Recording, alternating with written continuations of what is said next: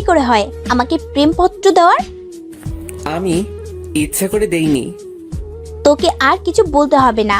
তোদের মতো কিছু ছেলের জন্যই আজকে মেয়েরা সমাজে অবহেলিত। প্রথম দিন ভার্সিটিতে এসেই মেয়েদের প্রেমপত্র দেওয়া শুরু। জানি না সামনে আর কি করবি। তোকে দেখে তো মনে হয় একদম নিষ্পাপ বাচ্চা, কিন্তু তুই যে এমন একটা কাজ করবি তা তোকে দেখে কেউই বুঝতে পারবে না। আর শোন, কখনো কোনো মেয়ের সাথে এই রকম করবি না। মাথা নিচু করে দাঁড়িয়ে আছি। অনেক ছাত্রছাত্রী দাঁড়িয়ে আমাকে দেখছে। কোনো কিছু না করেও এইভাবে সবার সামনে অপমানিত হলাম। অবশ্য অপমানিত হওয়া আমার কাছে নতুন কিছু নয়। সেই ছোটবেলা থেকেই অপমানিত হয়ে আসছি। বাবা মা মারা গেছে তখন আমি অনেক ছোট। তারপর থেকেই এতিমখানায় বড় হয়েছি। এইচএসসি পর্যন্ত সেখান থেকে পড়ালেখা করেছিলাম। কিন্তু যখন আমার বয়স 18 হলো, তারপর তারা আমাকে কিছু টাকা দিয়ে বলল যে এখন থেকে আমি আর এখানে থাকতে পারবো না। সেখান থেকে চলে আসার পর বুঝেছি জীবন সংগ্রামে বেঁচে থাকাটা কত কঠিন। কলেজে ভালো রেজাল্ট করেছি বিধায় এই কলেজে অনার্সে চান্স পেয়েছি। আমি পারভেজ, আর এই দুনিয়ায় আমি শুধু একা, কেউ নেই আমার। কলেজে গেট দিয়ে ঢুকে সামনে যাইতেছি, তখনই কেউ একজন ডাক দিল। সামনে যাওয়ার পর বলল, কলেজে নতুন নাকি? জি ভাইয়া, নতুন। নাম কি? পারভেজ। তোমাকে দেখে তো ভদ্র মনে হয়, কিন্তু তুমি এই বিয়াদবিটা কি করে করলা? আমি কি করেছি ভাইয়া? আমরা তোমার সিনিয়র, আর তুমি আমাদের সালাম না দিয়ে চলে যাচ্ছিলে কেন? দুঃখিত ভাইয়া, আমি খেয়াল করিনি। এখন থেকে দিবে। ঠিক আছে, এবারের মতো মাফ করে দিলাম। এই খামটা নাও। আর ওই যে দেখতেছো যে একটা মেয়ে দাঁড়িয়ে কথা বলছে, ও আমার ফ্রেন্ড। তুমি ক্লাসে যাওয়ার সময় ওই মেয়েটাকে এই খামটা দিবা। এটা খুবই গুরুত্বপূর্ণ একটা কাগজ। আচ্ছা ভাইয়া, দিব। তারপর মেয়েটাকে খাম দেওয়ার পর কি হলো তা তো আপনারা জানেনই। ক্লাসে চলে আসলাম। কিছুক্ষণ পর দেখলাম ওই ছেলেগুলো আর ওই মেয়েটাও ক্লাসে আসছে। তার মানে ছেলেগুলো আমার সিনিয়র নয়। স্যার এসে সবার সাথে পরিচয় পর্ব সেরে নিলেন। প্রথম দিন ছিল বলে আজকে তেমন আর ক্লাস হয়নি। কলেজ থেকে বের হব তখনই দেখলাম ওই ছেলেগুলো আড্ডা দিচ্ছে আর বলতে লাগলো, সাকিব, তুই তো ছেলেটাকে ভালোই বোকা বানালি। ছেলেটাকে দিয়ে অনেক মজা পেয়েছি। তাজা বলেছিস, ছেলেটা কিন্তু ভীষণ বোকা। কালকে আবার নতুন কিছু দিতে হবে, ওকে? এই বলে সবাই হাসতে লাগলো। কলেজ থেকে বের হয়ে আসলাম আর ভাবতে থাকলাম এদের থেকে যতই দূরে থাকবো ততই ভালো। যাই হোক, এক রুমের বাসা ভাড়া করেছিলাম, আর এতিমখানা থেকে একটা হোটেলে চাকরির ব্যবস্থা করে দিয়েছিল। 3টা থেকে রাত 9টা পর্যন্ত ডিউটি। বাসায় গিয়ে কিছু খেয়ে ঘুমিয়ে পড়লাম। ঘুম থেকে উঠতে একটু দেরি হয়ে গেছিল, তাই হোটেলে ঠিক টাইমে পৌঁছাতে পারি নাই। হোটেলে পৌঁছানোর পর ম্যানেজার বলল, এই জন্যই তোমাদের মতো ভার্সিটি পড়ুয়া ছেলেদের কাজ দিতে নেই। প্রথম দিনেই দেরি। সরি স্যার, আর হবে না। যাও কাজ করো। রাত 9টার সময় কাজ শেষ হলো। বাসায় আসতে আসতে 10টা বেজে গেল। রাতের খাবার হোটেলেই খাই। বাসায় এসে পড়তে বসলাম। পড়া শেষ করে ঘুমাতে গেলাম। সকালে ঘুম থেকে উঠে ফ্রেশ হয়ে কিছুক্ষণ পড়লাম। তারপর কলেজে গেলাম। কলেজে যাওয়ার পর আবার সেই ছেলেটা সাকিব ডাক দিল। তোকে না বলেছিলাম আমাদের সালাম দিতে? সালাম কেন দিব? আমরা তো একসাথেই পড়ি। তোরে তো। তখনই একজন স্যার চলে আসলো। কি হচ্ছে কি এখানে? যাও ক্লাসে যাও। তারপর ক্লাসে চলে আসলাম। ক্লাসটা শেষ করে যখনই বাইরে আসবো তখনই একটা ছেলে আমাকে ধাক্কা দিল। তোর সাহস কি করে হয় আমাকে জড়িয়ে ধরার? আমি ইচ্ছে করে করিনি, কে যেন আমাকে ধাক্কা দিয়েছে। অন্যায় করে আবার মিথ্যা কথা বলিস? প্রথম দিন আমাকে লাভ স্টোরি দিলি, আজকে আবার জড়িয়ে ধরেছিস। তোকে যেন আর কখনো আমার সামনে না দেখি। এই বলে মেয়েটা চলে গেল। তখনই সাকিব বলল, কিরে, কেমন দিলাম? এখন থেকে সব সময় আমাকে সালাম দিবি। কিছু বললাম না, জানি এদের কিছু বলে লাভ হবে না। চলে আসলাম সেখান থেকে। রাস্তা দিয়ে হাঁটছি। আমি কি শুধু সবার কাছে অবহেলিত হয়ে থাকবো? বাইরের পৃথিবীটা যে কত কষ্টের তা এখন বুঝতে পারছি। বাসায় চলে আসলাম। আজকে আর ঘুমালাম না, ঠিক টাইমেই হোটেলে চলে আসছি। তখনই ম্যানেজার এসে বলল, পারভেজ, এই খাবারগুলো ওই টেবিলে দিয়ে এসো। আচ্ছা স্যার। খাবার দিতে গেলাম, তখনই একজন বলল, এতক্ষণ লাগে খাবার দিতে? সে কখন থেকে অপেক্ষা করছি। ঠিক টাইমেই তো দিলাম স্যার। আবার মুখে মুখে কথা, যাও এখান থেকে।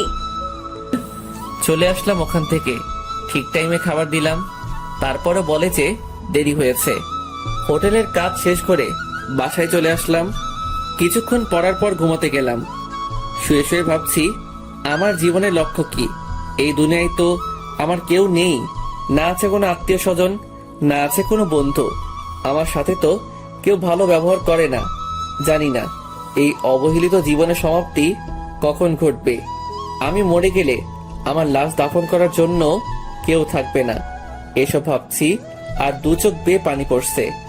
সকালে ঘুম থেকে উঠে কিছুক্ষণ পড়লাম। তারপর কলেজে আসলাম। ক্লাসে বসে আছি। সবাই যার যার মতো আড্ডা দিচ্ছে, আর আমি পিছনের বেঞ্চে বসে আছি। কারণ হলো আমি তাদের মতো নই। হঠাৎ করে সাকিব বলল, কিরে, তুই প্রতিদিন একই শার্ট পরে কলেজ আসিস কেন? কলেজের মানবতার দেওয়াল থেকে কিছু কাপড় নিস, ওগুলো তোর পরনের কাপড় থেকেও ভালো। এটা বলার পরই সবাই হাসতে লাগলো, আর আমি মাথা নিচু করে চোখের পানি ফেলছি। স্যার ক্লাসে আসলো, পড়ানো শুরু করলেন। ক্লাস শেষ করে কলেজ ক্যান্টিনে আসলাম। খুবই ক্ষুধা লাগছিল, তাই কিছু খেতে গেলাম। একটা চেয়ারে বসে সিঙ্গারা খাচ্ছি। তখনই সাকিব আর ওর বন্ধুরা আসলো। তারা সবাই আমার পাশে থাকা চেয়ারে বসলো। ওই মামা, সিঙ্গারা দাও তো। তারা সবাই আমার পাশে বসে সিঙ্গারা খাচ্ছে।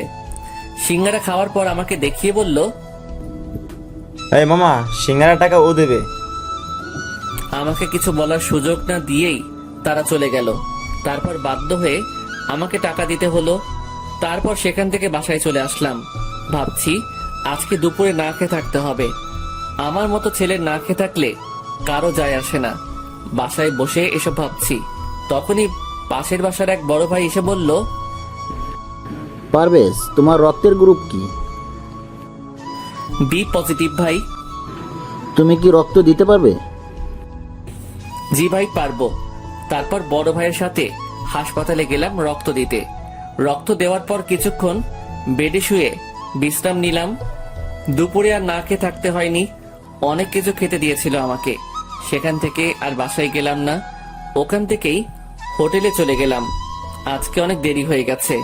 জানি না আজকে গেলে ম্যানেজার কি বলবে। হোটেলে যাওয়ার পরই ম্যানেজার বলল, তোমার কি কোনো দায়িত্ববোধ নেই? তোমাকে বলেছিলাম না যে দেরি করবে না? Sorry sir. এখানে আর দাঁড়িয়ে না থেকে যাও, কাজ করো। কাজ শেষ করে বাসায় আসলাম। শরীরটা খুবই খারাপ লাগছে, তাই আজকে আর পড়তে বসলাম না। তাড়াতাড়ি ঘুমিয়ে পড়লাম। সকালে ঘুম থেকে উঠে কিছুক্ষণ পড়লাম। তারপর কলেজে গেলাম। কলেজে যাওয়ার পর সাকিব ডাক দিল। ওদের ওখানে গিয়ে দেখলাম ওরা সবাই সিগারেট খাচ্ছে। আমি আবার সিগারেটের ধোঁয়া সহ্য করতে পারি না, তাই বললাম, যা বলবেন একটু তাড়াতাড়ি বলবেন। আমি সিগারেটের ধোঁয়া সহ্য করতে পারি না। আমার কথা শুনে ওরা সবাই হাসতে লাগলো। তারপর সাকিব বলল, তোকে তো আজকে এত সহজে ছাড়ছি না। তুই এখন আসমাকে গিয়ে প্রপোজ করবি, তা না হলে তোকে সিগারেট খাওয়াবো। আসমাকে?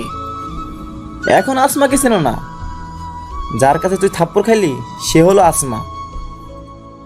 আমি এটা করতে পারবো না। তাহলে তোকে জোর করে সিগারেট খাওয়াবো, তাও আবার অন্য স্টাইলে। এই গাঁজাগুলো সিগারেটের ভিতর ভর, তারপর ওকে জোর করে খাওয়াবো। দয়া করে আমার সাথে এমনটা করবেন না। তাহলে যা, আসমাকে প্রপোজ কর। বাধ্য হয়ে প্রপোজ করতে গেলাম। আসমার সামনে গিয়ে মাথা নিচু করে আসমাকে প্রপোজ করলাম। ছোট লোকের বাচ্চা, তুই আবার আমাকে প্রপোজ করেছিস? তোকে বলেছিলাম না আর কখনো আমার সামনে আসবি না। তারপর আমাকে প্রিন্সিপালের রুমে নিয়ে গেল। স্যার আমাকে অনেক বিরক্ত করছে।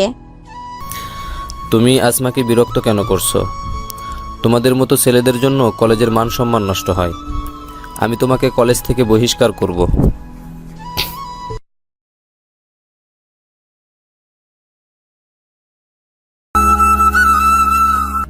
স্যার আমাকে অনেক বিরক্ত করছে। তুমি আসমাকে বিরক্ত কেন করছো? তোমাদের মতো ছেলেদের জন্য কলেজের মান সম্মান নষ্ট হয়। আমি তোমাকে কলেজ থেকে বহিষ্কার করব। আমি প্রিন্সিপালের পায়ে ধরে বলতে লাগলাম, স্যার দয়া করে আমাকে বহিষ্কার করবেন না, আমি আর কখনো এমনটা করব না। যদি আর কখনো তোমার নামে অভিযোগ আসে তাহলে তুমি আর কোনো সুযোগ পাবে না। যাও এখন।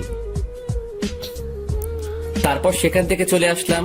ভাবছি আমার সাথেই কেন এমন হয়, আমি তো কারো কোনো ক্ষতি করি নাই, তারপরও তারা কেন আমার পিছনে পড়ে আছে।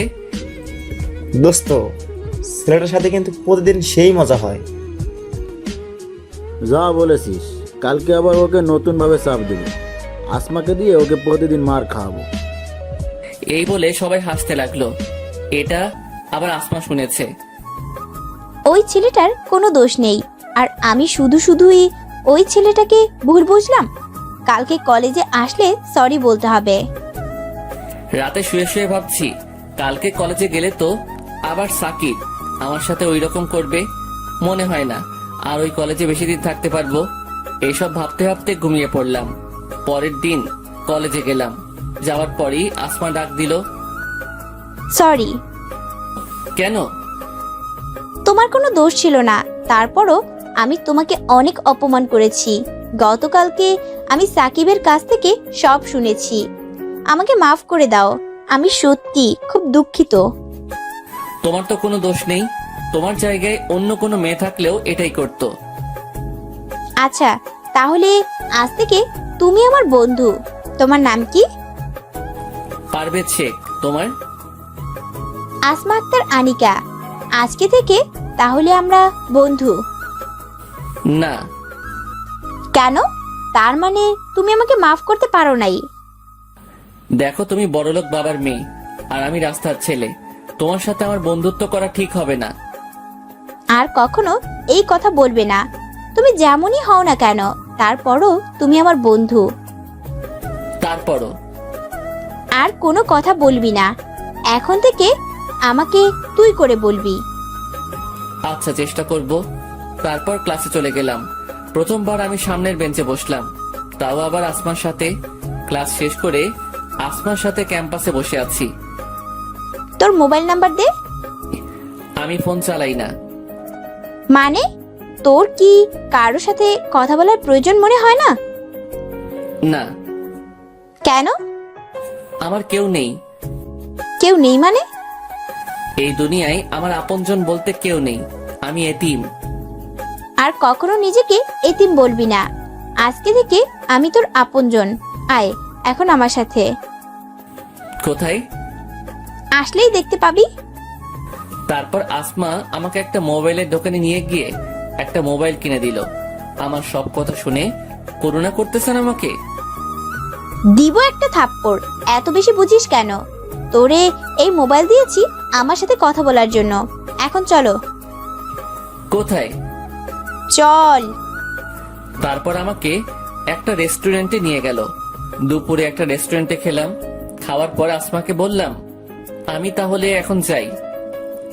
কোথায় যাবি? কাজে যাব। মানে? আমি একটা হোটেলে চাকরি করি, 2টা থেকে রাত 10টা পর্যন্ত। চল আমি তোকে নামিয়ে দিয়ে আসি। তারপর আসমা আমাকে ওর গাড়িতে করে আমাকে হোটেলে নামিয়ে দিল। হোটেলের কাজ শেষ করে বাসায় গেলাম। বাসায় যাওয়ার পর পড়তে বসলাম। তখনই আসমা ফোন দিল। কি করিস? এইমাত্র বাসায় আসলাম, এখন পড়তেছি। ভালো। তা কিছু খেয়েছিস? হ্যাঁ, হোটেল থেকে খেয়ে এসেছি। তুই? এই মাত্রই খেলাম। ভালো। আচ্ছা তাহলে পর, কালকে কলেজে কথা হবে। আচ্ছা। পড়া শেষে ঘুমিয়ে পড়লাম। সকালে ঘুম থেকে উঠে ফ্রেশ হয়ে কিছুক্ষণ পড়লাম, তারপর কলেজে গেলাম। কলেজে যাওয়ার পর সাকিব ডাক দিল। ওই ফকিন্নি, এদিকে আয়। জি ভাইয়া, আসছি। কোথা থেকে যেন আসমা এসে বলল, ও যাবে না, তা তুই বলার কে? আমি ওর বন্ধু। আর আজকে থেকে তোরা ওকে আর কোনো বিরক্ত করবি না। তোরা এতদিন ওর সাথে যা করেছিস তার সবই আমি জানি। আর যদি কখনো ওর সাথে খারাপ কিছু করার চেষ্টা করিস তাহলে প্রিন্সিপালের কাছে বলে তোকে কলেজ ছাড়া করাবো। এই বলে আমাকে নিয়ে অন্য জায়গায় চলে গেল। তোর সাথে যে ওরা এত খারাপ ব্যবহার করে তুই কি ওদের কিছু বলিস না? কি বলবো, সবই আমার কপালের দোষ। সবাই আমার সাথে ওই রকম করে। আজ থেকে কেউ যদি তোর সাথে খারাপ ব্যবহার করে তাহলে তুই তার প্রতিবাদ করবি।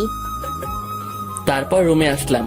একটা ক্লাস করার পরই আসমা বলল, চল, কোথায়? ক্লাস করবি না? আজকে আর ক্লাস করব না, এখন তুই আর আমি ঘুরতে যাব। তারপর আসমা আমাকে নিয়ে নদীর পাড়ে একটা পার্কে ঘুরতে গেল। একটা বেঞ্চের উপর দুজনে বসে আছি, হালকা বাতাস বইছে, খুবই ভালো লাগতেছে। হঠাৎই আসমা আমাকে বলল, আচ্ছা, তুই কি কখনো কোনো মেয়ের প্রেমে পড়েছিস? কখনো এটা নিয়ে ভাবিনি। কেন? কিভাবে বেঁচে থাকবো তার ঠিক নাই, আবার প্রেমে পড়বো? তুই কি কারো প্রেমে পড়েছিস? অল্প অল্প। বুঝলাম না। বুঝতে হবে না, এখন চল ফুচকা খাবো। তারপর আসমা আমাকে নিয়ে ফুচকা খেতে গেল।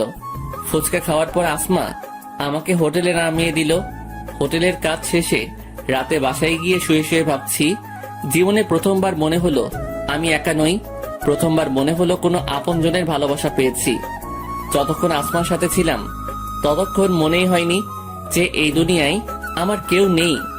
জানি না আসমা আমাকে কি ভাববে, কিন্তু আমি চাই ও এভাবেই সব সময় আমার সাথে থাকুক। এসব ভাবতে ভাবতে ঘুমিয়ে পড়লাম। সকালে আসমার কলে ঘুম ভাঙলো। তারপর ঘুম থেকে উঠে ফ্রেশ হয়ে কিছুক্ষণ পড়লাম, তারপর কলেজে গেলাম। কলেজে যাওয়ার পর আসমা বলল, তোর চোখ লাল কেন? রাতে ঠিকভাবে ঘুম হয়নি। কেন? এমনি। আচ্ছা, যাই হোক, আজকে তোকে হোটেলে যেতে হবে না। কেন? আজকে আমার জন্মদিন, সন্ধ্যায় বাসায় পার্টি আছে, আর তুই সেখানে অবশ্যই আসবি। শুভ জন্মদিন, কিন্তু আমি না গেলে হয় না? আমি একটা এতিম ছেলে, আমার ভালো কোনো জামা কাপড় নেই। আর সব থেকে বড় কথা হলো আমার পরিচয় দেওয়ার মতো পরিচয় নেই। কেউ জিজ্ঞাসা করলে কি বলবো? কি বললি তুই? কেন? আসলে কি হবে? আর তুই আমার বন্ধু, এটাই তোর পরিচয়। আমি সত্যি বলছি, আসলে সেখানে কত বড় বড় লোক থাকবে, আর আমি সামান্য একটা হোটেলে কাজ করা এতিম ছেলে। তুই অনেক কথা শুনবি, সবাই বলবে আমার মতো একটা ছেলে কি করে তোর বন্ধু হলো। সবাই কি বললো তা আমি পরোয়া করি না। তুই যদি আমাকে তোর বন্ধু মনে করিস তাহলে অবশ্যই আসবি। আর এভাবে খালি খালি জন্মদিনের শুভেচ্ছা জানালে হবে না। আমার গিফট কই? মানে গিফট? গিফটের কথা শুনেই আমার মনটা খারাপ হয়ে গেল। আচ্ছা, নিয়ে আসবো। এই, আমি খুবই দুঃখিত, আমি তো মজা করছিলাম। তোর কোনো গিফট আনতে হবে না, তুই আসলেই আমি খুশি। না, তা কি করে হয়? সেখানে সবাই তো গিফট নিয়ে আসবে। সবাই আর তুই এক না, তোর কাছে আমার কোনো গিফট চাই না। আমার কাছে তুই আমার জন্য গিফট। তোর সাথে সময় কাটানোর পর যে ভালো লাগা কাজ করে তা আমার জীবনে আর কখনো হয়েছে কিনা জানি না। তোর কোনো গিফট আনতে হবে না, শুধু তুই আসলেই আমি অনেক খুশি হব। আচ্ছা, দেখা যাবে, এখন চল। তারপর ক্লাসে গেলাম। আজকে আসমা কলেজ থেকে একটু তাড়াতাড়ি চলে গেল। আসমা চলে যাওয়ার পর কেমন জানি ভালো লাগছিল না, তাই আমিও বাসায় চলে আসলাম। বাসায় এসে ভাবতে থাকলাম আমার কি করা উচিত। সেখানে যাওয়া কি ঠিক হবে, না শুধু গিফটটা দিয়ে আসবো? যদি যাই তাহলে আসমা অনেক কথা শুনবে, সেটা আমি নিশ্চিত। আর যদি না যাই তাহলে তো আসমা অনেক কষ্ট পাবে। না, আমি আসমাকে জেনে শুনে কষ্ট দিতে পারি না। ওই জীবনে প্রথম কোনো ব্যক্তি যে আমার এতটা খেয়াল রেখেছিল। আমি আসমাকে কখনো কষ্ট দিতে পারি না, কিন্তু আসমার জন্য কি গিফট কিনবো? যাই কিনি না কেন সেটা ওর জন্মদিনে সব থেকে কম দামি গিফট হবে। অনেক কষ্ট করে 2000 টাকা জমিয়েছিলাম, ভেবেছিলাম বাবা মায়ের জন্য মিলাদ পড়াবো, ভাবছি সেটা পরে পড়াবো। ওই টাকা দিয়ে আসমার জন্য একটা শাড়ি কিনবো। সন্ধ্যার সময় দোকান থেকে একটা শাড়ি কিনে আসমাদের বাসায় গেলাম। গেট দিয়ে ঢুকবো তখনই দারোয়ান এসে বাধা দিল। দাঁড়ান, কোথায় যাচ্ছেন? ভিতরে যাব। কে আপনি যে ভিতরে যাবেন? আমি আসমার বন্ধু। দারোয়ান আমার দিকে অনেকক্ষণ তাকিয়ে থেকে তারপর বলল, ফাইজলামি করেন? আপনি কিভাবে আসমা ম্যাডামের বন্ধু হতে পারেন? সরি পারভেজ, আপনি ওকে ঢুকতে দিলেন না কেন? দুঃখিত ম্যাডাম, আমি বুঝতে পারি নাই। তারপর আসমা আমাকে বাড়ির ভিতরে নিয়ে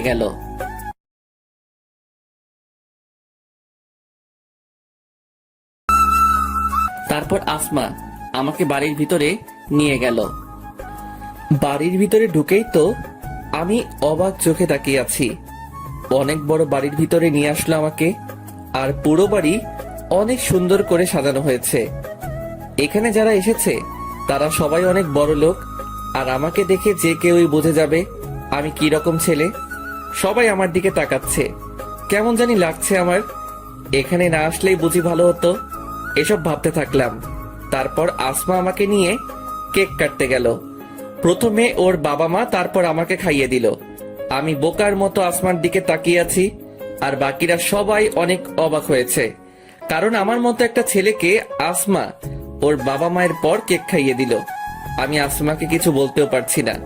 এখান থেকে তাড়াতাড়ি যেতে পারলেই বাঁচি। খাওয়া দাওয়ার পর আসমা বলল, বাবা মায়ের সাথে কথা বলবি চল। ইয়ে মানে আজকে না বললে হয় না? কেন, কি হয়েছে? আমার শরীর খুবই খারাপ লাগছে, আমি এখন বাসায় যাই, পরে একসময় কথা বলবো। আচ্ছা যা, বাসায় গিয়ে ফোন দিস। এই প্যাকেটটা রাখো, কি আছে এতে?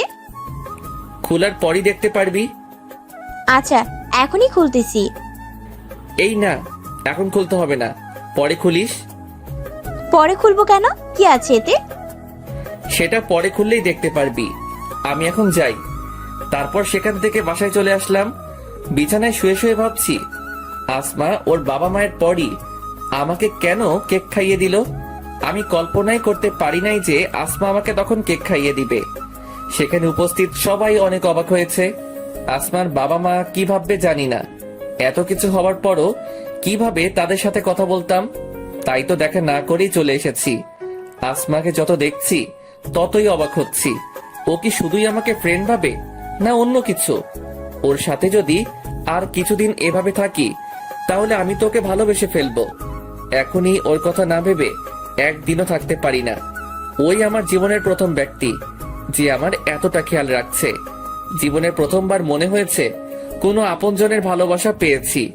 জানি না ওকে ছাড়া কোনোদিনও থাকতে পারবো কিনা, কিন্তু ও তো আর সবসময় আমার সাথে থাকবে না। আমার মনে হয় ও আমাকে ভালোবাসে। তাহলে কি ওকে আমার মনের কথা বলে দিব? কিন্তু ও যদি আমাকে ভালো না বাসে তাহলে তো আমাকে ভুল বুঝবে। তার চেয়ে না বলাই থাক, শুধু বন্ধু হয়ে থাকি। সকালে ঘুম থেকে উঠে মোবাইলটা হাতে নিলাম। দেখলাম রাতে আসমা অনেকগুলো কল করেছিল। মোবাইল সাইলেন্ট করা ছিল, তাই শুনতে পাইনি। এখন আর কল দিলাম না। তারপর ফ্রেশ হয়ে খেয়ে কিছুক্ষণ পড়লাম। তারপর কলেজে গেলাম। কলেজে গিয়ে দেখলাম আসমা আমার আগে চলে এসেছে। আমাকে দেখে রাগী কণ্ঠে বলতে লাগলো, রাতে কই ছিলি? কেন, বাসায় ছিলাম। কতগুলো কল করছি, ধরলি না কেন? আসলে তোদের ওখান থেকে আসার পরপরই ঘুমিয়ে গেছিলাম, আর মোবাইল সাইলেন্ট করা ছিল, তাই শুনতে পাইনি। তোকে বলেছিলাম না গিফট না আনতে, তারপরও কেন আনলি? কেন, পছন্দ হয়নি? দিব এক থাপ্পড়। পছন্দ হবে না কেন? কত সুন্দর একটা শাড়ি, কিন্তু তুই এত টাকা কিভাবে জোগাড় করলি? এত টাকা কোথায় পেলি? মাত্র 2000 টাকা। তোর জন্মদিনে সব থেকে কম দামি গিফট। টাকা আমার কাছে ছিল। তোকে দেখেই বোঝা যাচ্ছে যে তুই মিথ্যা কথা বলছিস। সত্য কথা বল। আসলে একটু একটু করে ওই টাকাগুলো জমিয়েছিলাম। ভেবেছিলাম বাবা মায়ের নামে মিলাদ পড়াবো। এখন ভাবছি মিলাদ পরে পড়াবো। তার মানে ওই টাকা দিয়েই তুই আমার জন্য শাড়ি কিনেছিস? আসমার দু চোখ বেয়ে পানি পড়ছে, আর সাথে সাথেই আমাকে জড়িয়ে ধরে কাঁদতে কাঁদতে বলল, কেন তুই ওই টাকা দিয়ে শাড়ি কিনতে গেলি? তোর কাছে আমার কোনো গিফট চাই না। আমার কাছে তুই সব থেকে বড় গিফট। চল এখন কোথায়? একটা এতিমখানায় যাব, কেন? তোর বাবা মায়ের জন্য মিলাদ পড়াতে। দুঃখিত, এটা আমি করতে পারবো না। কেন? আমি আমার নিজের টাকা দিয়ে বাবা মায়ের জন্য মিলাদ পড়াবো। তো কি হয়েছে? মনে কর আমার টাকাই তোর টাকা। কিছু মনে করিস না, আমার নিজের উপার্জিত টাকা দিয়ে মিলাদ পড়াবো, কারো কাছ থেকে নিয়ে নয়। আর এখন বল, শাড়িটা কেমন লাগছে? অনেক সুন্দর। তা কখনো কি শাড়িটা পরবি? পরবো না কেন? না মানে শাড়িটা তো অনেক কম দামি। তুই তো মনে হয় এত কম দামি জিনিস পরিস না, তাই বললাম। পরিনি তো কি হয়েছে, এখন থেকে পরবো। কালকে বিকালেই শাড়ি পরে তোর সাথে নদীর পাড়ে ঘুরতে যাব। দেখা যাবে, এখন চল। তারপর ক্লাস করে বাসায় চলে গেলাম। ফ্রেশ হয়ে হোটেলে আসলাম। ম্যানেজারকে বললাম, স্যার কালকে আমার ছুটি লাগবে। তারপর ম্যানেজার বলল, রোজ রোজ তোমাকে ছুটি দিতে পারবো না। যদি কাজ করতে মন না চায় তাহলে আর আসার দরকার নেই। সরি স্যার, আর কখনো ছুটি নিব না, শুধু কালকেই লাস্ট। মনে থাকে যেন কথাটা। কালকের পরে ছুটি নিতে হলে একবারে নিবে। এখন যাও, কাজ করো। রাতে কাজ করে বাসায় এসে কিছুক্ষণ পড়লাম। পড়ার পর ঘুমাতে গেলাম। ভাবতে থাকলাম আসমার কথা। প্রথম কোনো মেয়ে আমাকে জড়িয়ে ধরলো। আমি কল্পনাই করতে পারি নাই যে আসমা আমাকে জড়িয়ে ধরবে। ওর সাথে থাকতে থাকতে কখন যে ওকে ভালোবেসে ফেলেছি তা নিজেও জানি না। এখন তো এমন হয়েছে, ওর সাথে কথা না বলে থাকতেই পারি না। যখনই কেউ আমার সাথে খারাপ ব্যবহার করে তখনই আসমার হাসি মুখটা চোখের সামনে ভেসে ওঠে। তখন সেই সব অপমান আর গায়ে লাগে না। কালকে বিকালে আসমা আমার দেওয়ার শাড়ি পরবে। তাহলে কালকে কি আসমাকে আমার মনের কথা বলে দিব? জানি না ও আমাকে কি ভাববে। সকালে ঘুম থেকে উঠে ফ্রেশ হয়ে কলেজে গেলাম। আজকে একটু আগে কলেজে চলে আসলাম। গিয়ে দেখি আসমা এখনো আসেনি। কিছুক্ষণ একটা বেঞ্চের উপর বসলাম। এর মধ্যে আসমাও চলে এসেছে। আমার কাছে এসে বলতে লাগলো, আজকে এত তাড়াতাড়ি চলে এসেছিস? সবসময় তো আমার পরে আসতি। এমনি আগে চলে এসেছি। আজকে বিকালে যখন ঘুরতে যাব তখন তোকে একটা কথা বলবো। আমিও তোকে কিছু বলবো। কি বলবি? তার সময় হলেই জানতে পারবি। আচ্ছা ঠিক আছে, এখন চল ক্লাসে যাই। চল। ক্লাস শেষ করে বাসায় চলে আসলাম। গোসল করে কিছু খেলাম। তারপর একটু ঘুমিয়ে নিলাম। তারপর তৈরি হয়ে নদীর পাড়ে গেলাম আসমার সাথে দেখা করতে। আসমার আসার আগেই আমি সেখানে চলে গেছি। আমি খুবই চিন্তিত। জানি না আসমাকে আমার ভালোবাসার কথা বললে ও কিভাবে নেবে সেটা। যদি ও আমাকে ভালো না বাসে তাহলে হয়তো আমাদের বন্ধুত্ব ভেঙে যাবে। কিন্তু আমি তো আসমাকে ছাড়া থাকতে পারবো না। অনেক ভালোবেসে ফেলেছি ওকে। কিন্তু ও আমাকে কি কথা বলবে? ও কি আমায় ভালোবাসে? এসবই মাথায় ঘুরপাক খাচ্ছে। এর ভিতরে আসমা চলে এসেছে। আমার দেওয়া শাড়ি পরে এসেছে। খুবই সুন্দর লাগছে ওকে। ওর দিকে এক ধ্যানে তাকিয়ে থাকলাম। ও আমার কাছে এসে বলতে লাগলো, এভাবে তাকিয়ে কি দেখছিস? তোকে দেখছি। আমাকে আজকে নতুন দেখছিস মনে হয়? তা না, তোকে আজকে অনেক সুন্দর লাগছে। ভাবছি সত্যি কি এটা তুই না অন্য কেউ। আর শাড়িটা পরার জন্য ধন্যবাদ। তাকিয়ে থাকতে হবে না, আর ধন্যবাদও দিতে হবে না। এখন চল কিছুক্ষণ হাঁটি। তারপর আসমার সাথে হাঁটতে থাকলাম। আসমা কথা বলছে আর আমি নির্বাক শ্রোতার মতো ওর কথা শুনছি আর ওকে দেখছি। আজকে আসমাকে খুবই সুন্দর লাগছে। ভাবছি এখনই ওকে ভালোবাসার কথা বলবো, কিন্তু তার আগে আসমা বলল, চল ফুচকা খেয়ে আসি। চলো। আমাকে নিয়ে ফুচকা খেতে গেল। তারপর দুজনে মিলে ফুচকা খেলাম। ফুচকা খাওয়ার পর নদীর পাড়ের একটা বেঞ্চে দুজনে বসে আছি। আচ্ছা, তুই না আমাকে কিছু বলতে চাইছিলি? তুইও তো কিছু বলতে চাইছিলি। আগে তুই বল, তারপর আমি বলবো। না, আগে তোরটা বলবি। আচ্ছা, আমিই বলবো একটু পরে। দাঁড়া, একজনকে ফোন করে নেই। কোথায়? তাড়াতাড়ি এসো, আমরা সেই কখন থেকে বসে আছি। কার সাথে কথা বললি? আর কে আসবে? আসলেই দেখতে পাবি। আচ্ছা পারভেজ, মনে কর তুই একজনকে ভালোবাসিস কিন্তু বলতে পারছিস না, কিন্তু হঠাৎ করেই সে যদি তোকে প্রপোজ করে, তাহলে কি করবি? অবশ্যই রাজি হব। আমিও একজনকে ভালোবেসে ফেলেছি। তার মানে ও কি আমাকে ভালোবাসে? খুবই আগ্রহ নিয়ে ওকে জিজ্ঞেস করলাম, কাকে ভালোবাসিস তুই? বলবো একটু পরে, এখন ঝালমুড়ি খাবো দুজনে, আর তার ভিতরে ও চলে আসবে।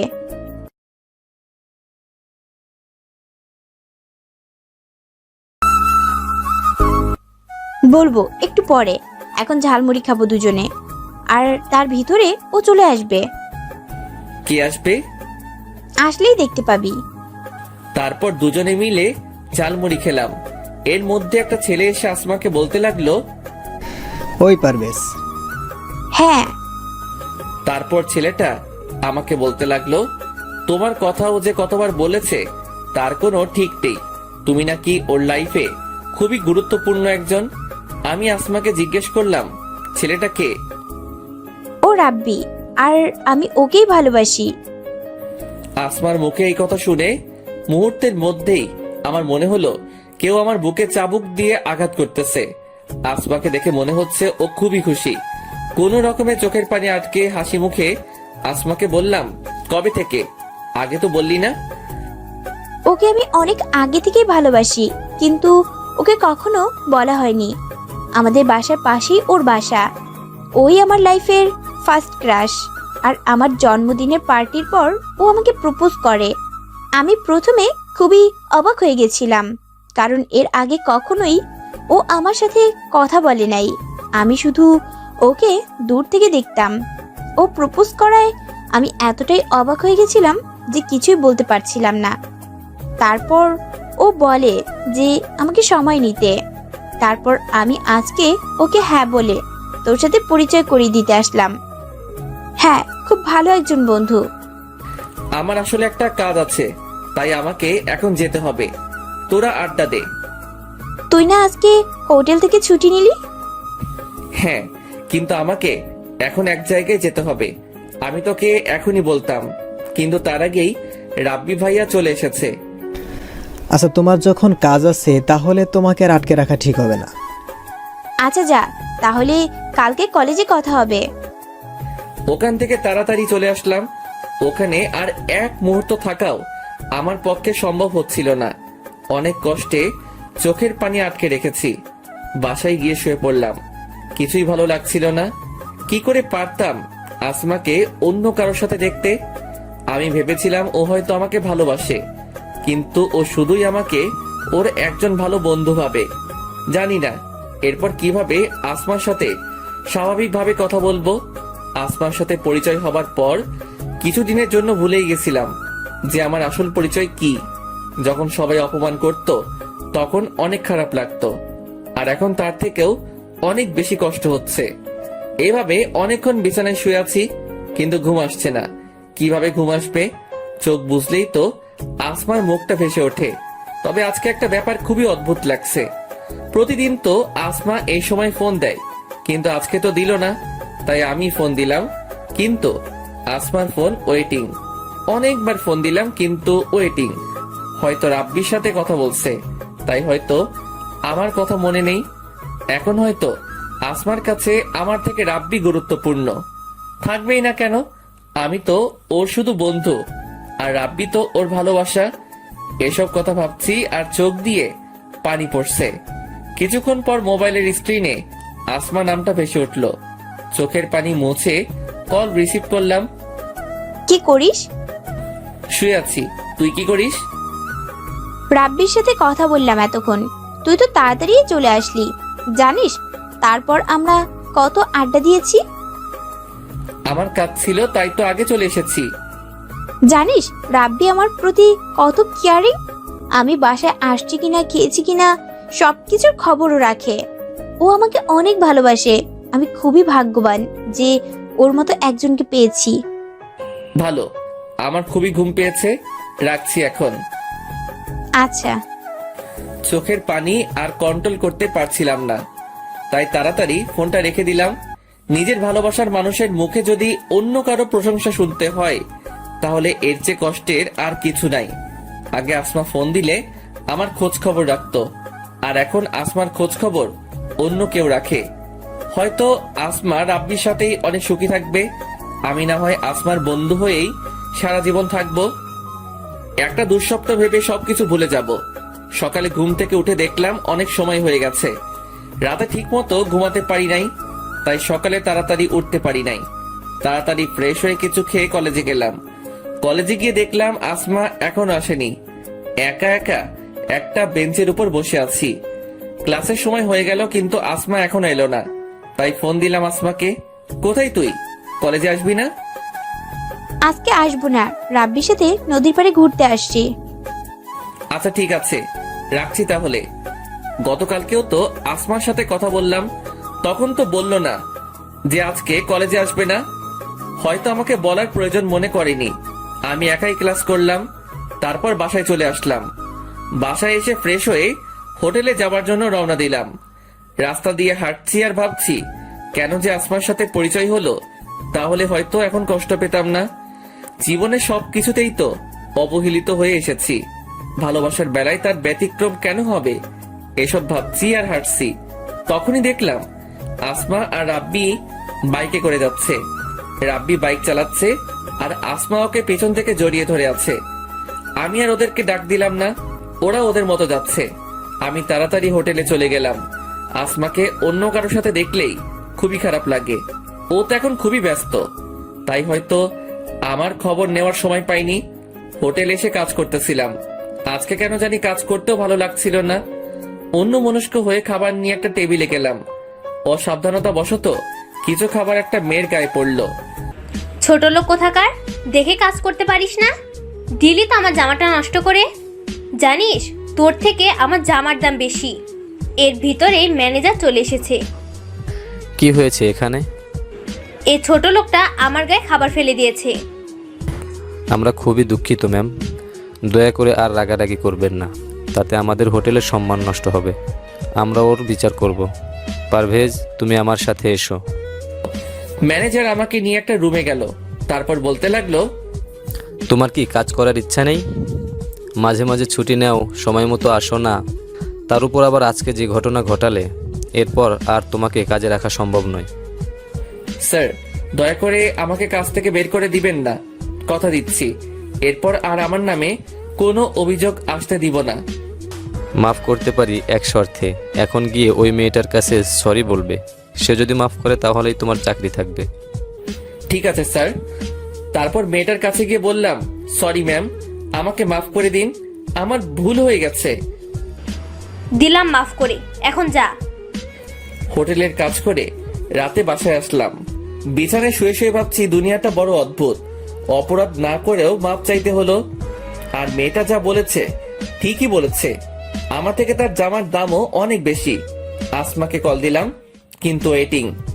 অনেকবার কল দিলাম কিন্তু ওয়েটিং। বিছানায় শুয়ে আছি, ভাবছি আসমা হয়তো কল দিবে, কিন্তু অনেক সময় হয়ে গেল কিন্তু কল দিল না। ওর কাছে কি আমি এতটাই মূল্যহীন যে একবার আমাকে কল দিতেও পারলো না? ওকে তো আর আমি ভালোবাসতে বলছি না, আমি তো শুধু ওর বন্ধু হয়েই থাকতে চাইছিলাম। এগুলো ভাবতে ভাবতে একটা সময় ঘুমিয়ে গেলাম। সকালে ঘুম থেকে উঠেই আগে ফোনটা হাতে নিলাম, কিন্তু যে আশায় হাতে নিয়েছিলাম তা পূরণ হয়নি। আসমা আমাকে একটিবারও কল করেনি, হয়তো ওর কাছে এখন রাব্বি সব। ফ্রেশ হয়ে কিছুক্ষণ পড়লাম, কিন্তু পড়ায় একদমই মন বসছিল না। তারপরও পড়ার চেষ্টা করলাম। পড়া শেষে কিছু খেয়ে কলেজে আসলাম। গিয়ে দেখি আসমা এখনো আসেনি, তাই একা একা একটা বেঞ্চের উপর বসে সময় কাটালাম। ক্লাস শুরু হওয়ার কিছুক্ষণ আগে আসমা আসলো। এত দেরি হলো কেন আজকে? আর বলিস না, গতকাল অনেক রাত পর্যন্ত রাব্বির সাথে কথা বলেছিলাম, তাই ঘুম থেকে উঠতে দেরি হয়েছে। রাতে তোকে অনেকবার কল দিয়েছিলাম। সরি, আমি খেয়াল করিনি। রাব্বির সাথে কথা বলে ঘুমিয়ে গেছিলাম, তাই মনে ছিল না। প্লিজ কিছু মনে করিস না। আরে না, মনে করার কি আছে? আচ্ছা, বিকালে তোর সাথে নদীর পাড়ে ঘুরতে যাব, ঠিক আছে? না, বিকালে যাওয়া যাবে না। হোটেল থেকে আমাকে ছুটি দিবে না। তাহলে কালকে কলেজ ডেমে যাব, ঠিক আছে? আচ্ছা। তারপর ক্লাস করে বাসায় চলে আসলাম। আজকে অনেক খুশি লাগছে, কারণ কালকে আসমার সাথে ঘুরতে যেতে পারবো। এত খুশি হয়ে কাজ নাই। এখন তাড়াতাড়ি রেডি হয়ে হোটেলে যেতে হবে। দেরি করলে চাকরি থাকবে না, আমাকে আর কোনো সুযোগও দিবে না। ঠিক সময়ে হোটেলে চলে আসলাম। তারপর নিজের কাজ করতে লাগলাম। আমাকে দেখে ম্যানেজার বলতে লাগলো, প্রতিদিন এভাবে ঠিক সময়ে আসবে আর ভালোভাবে কাজ করবে। জি স্যার। আজকে কাজ করেও কেন জানি অনেক আনন্দ পাচ্ছি। হয়তো আসমার জন্য, কারণ কালকে ওর সাথে নদীর পাড়ে ঘুরতে যাব। অনেকদিন পর আসমার সাথে আড্ডা দিব, ভাবতেই অনেক ভালো লাগছে। কাজ করে বাসায় চলে আসলাম। ফ্রেশ হয়ে কিছুক্ষণ পড়লাম। তারপর ভাবছি আসমাকে একটা ফোন দিব। যেই বাবা সেই কাজ, আসমাকে ফোন দিলাম, কিন্তু ফোন ওয়েটিং। অনেকবার ফোন দিলাম, তাও ওয়েটিং। তোর মুডটাই খারাপ হয়ে গেল। আরে, আমি এত চিন্তা করছি কেন? কালকে তো আসমার সাথে কথা হবেই, এই ভেবে ঘুমিয়ে পড়লাম। সকালে কলেজে গিয়ে দেখলাম আসমা এখনো আসেনি। আগে আসমা সব সময় আমার আগেই কলেজে আসতো। ইদানিং দেখছি আসমা কলেজে খুবই লেট করে আসে। হয়তো রাতে রাব্বির সাথে কথা বলে, তাই সকালে ঘুম থেকে উঠতে দেরি হয়। মন খারাপ করে একটা বেঞ্চের উপর বসে রইলাম। কিছুক্ষণ পর আসমা আসলো।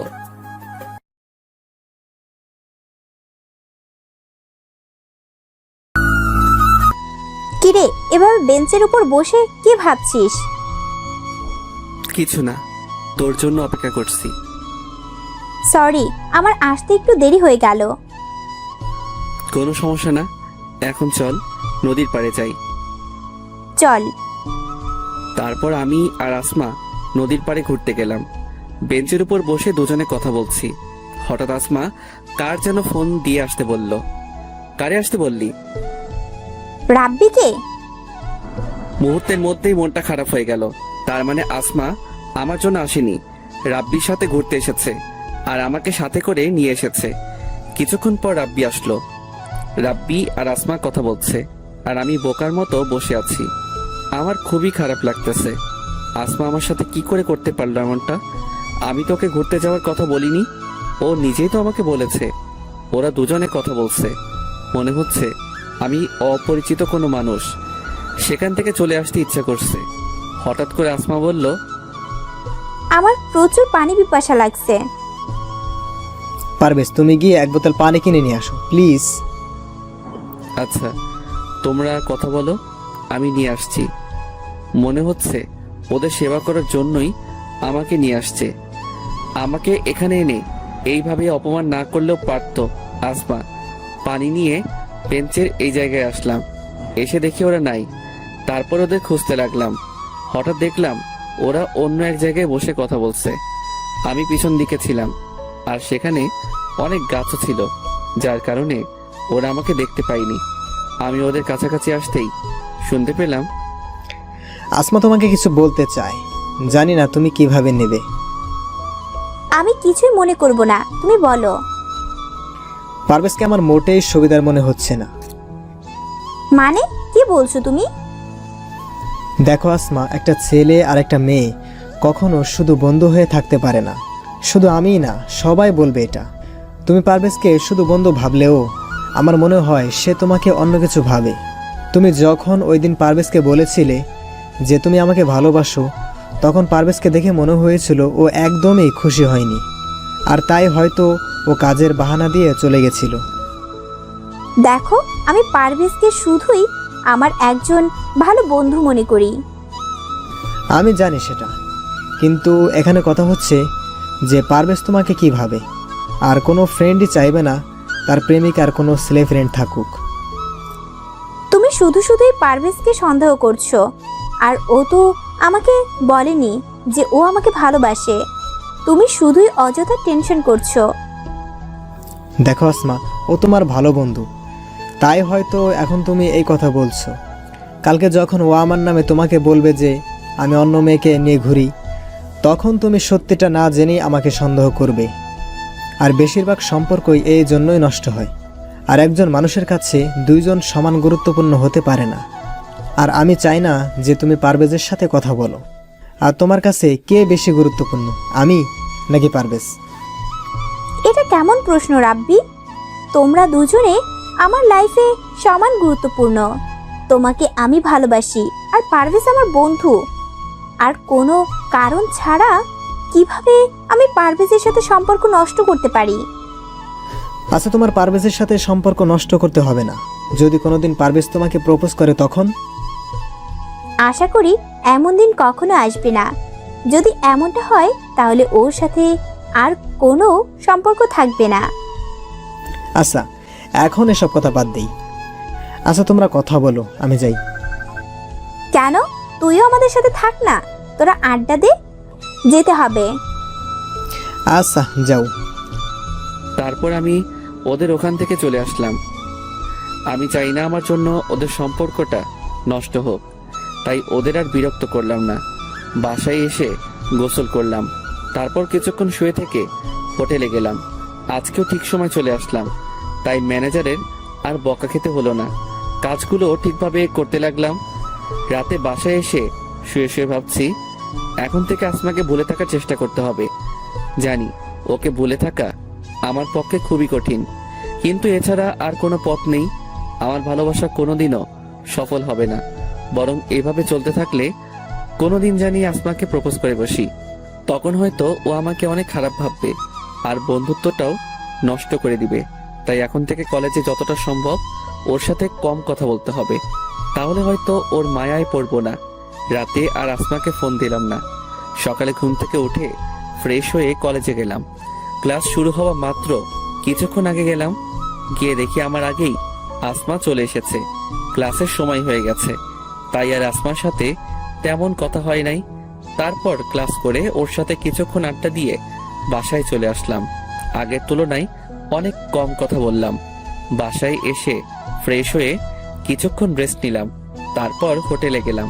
কাজ করতে করতে হঠাৎ একটা টেবিলের দিকে তাকিয়ে অবাক হয়ে গেলাম, কারণ সেখানে রাপ্পি ছিল আর ওর পাশে একটা মেয়ে বসা ছিল। তারপর একটু আড়ালে গিয়ে ওদের কথা শুনতে লাগলাম। বাবু, তুমি এখন আর আমার সাথে আগের মতো কথা বলো না কেন?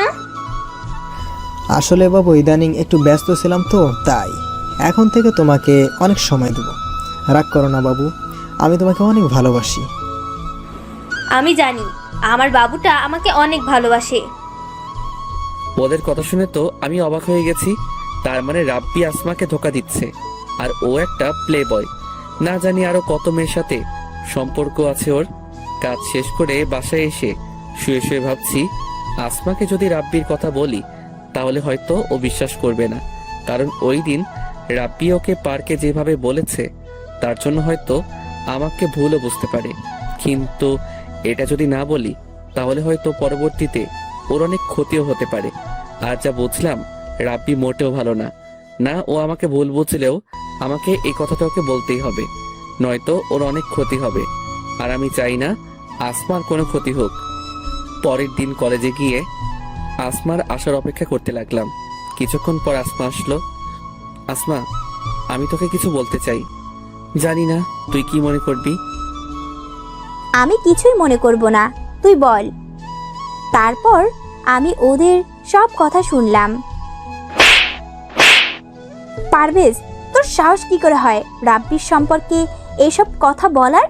তোকে আমি আমার একজন ভালো বন্ধু মনে করতাম, কিন্তু তোর চিন্তা ভাবনা যে এতটা খারাপ তা আগে জানা ছিল না। রাব্বির সাথে আমার সম্পর্ক নষ্ট করা তোর কি লাভ? ও বুঝেছি, ভালোবাসিস আমায়। তুই ভাবলি কি করে তোকে আমি ভালোবাসবো? তোকে শুধু আমার একজন ভালো বন্ধু মনে করতাম, কিন্তু আজকের পর থেকে আমি ভুলে যাব যে আমার তোর মতো কোনো বন্ধু ছিল। তুই আর কখনো আমার সাথে কথা বলবি না। ওই দিন পার্কে রাব্বি ঠিকই বলেছিল, কিন্তু আমি ওর কথা বিশ্বাস করিনি। যা আমার সামনে থেকে।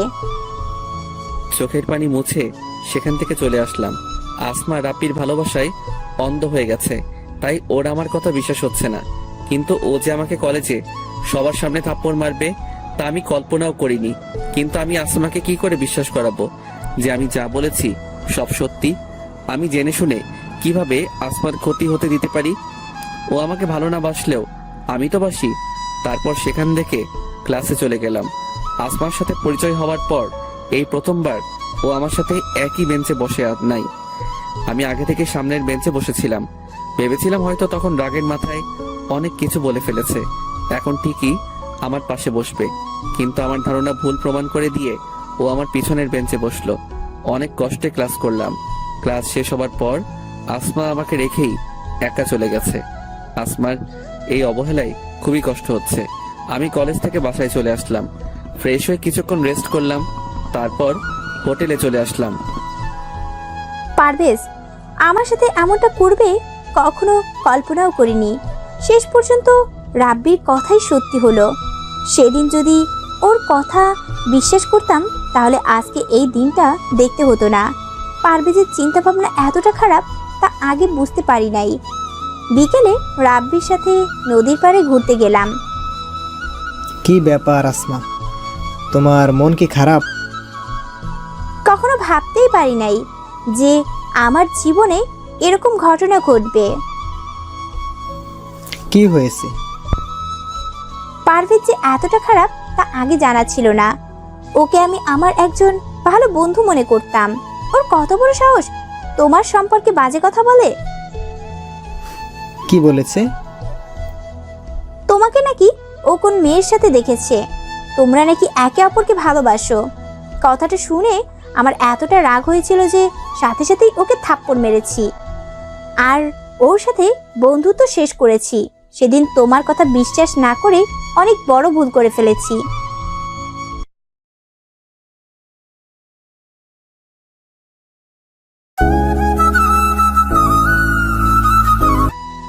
তোমাকে নাকি ও কোন মেয়ের সাথে দেখেছে, তোমরা নাকি একে অপরকে ভালোবাসো।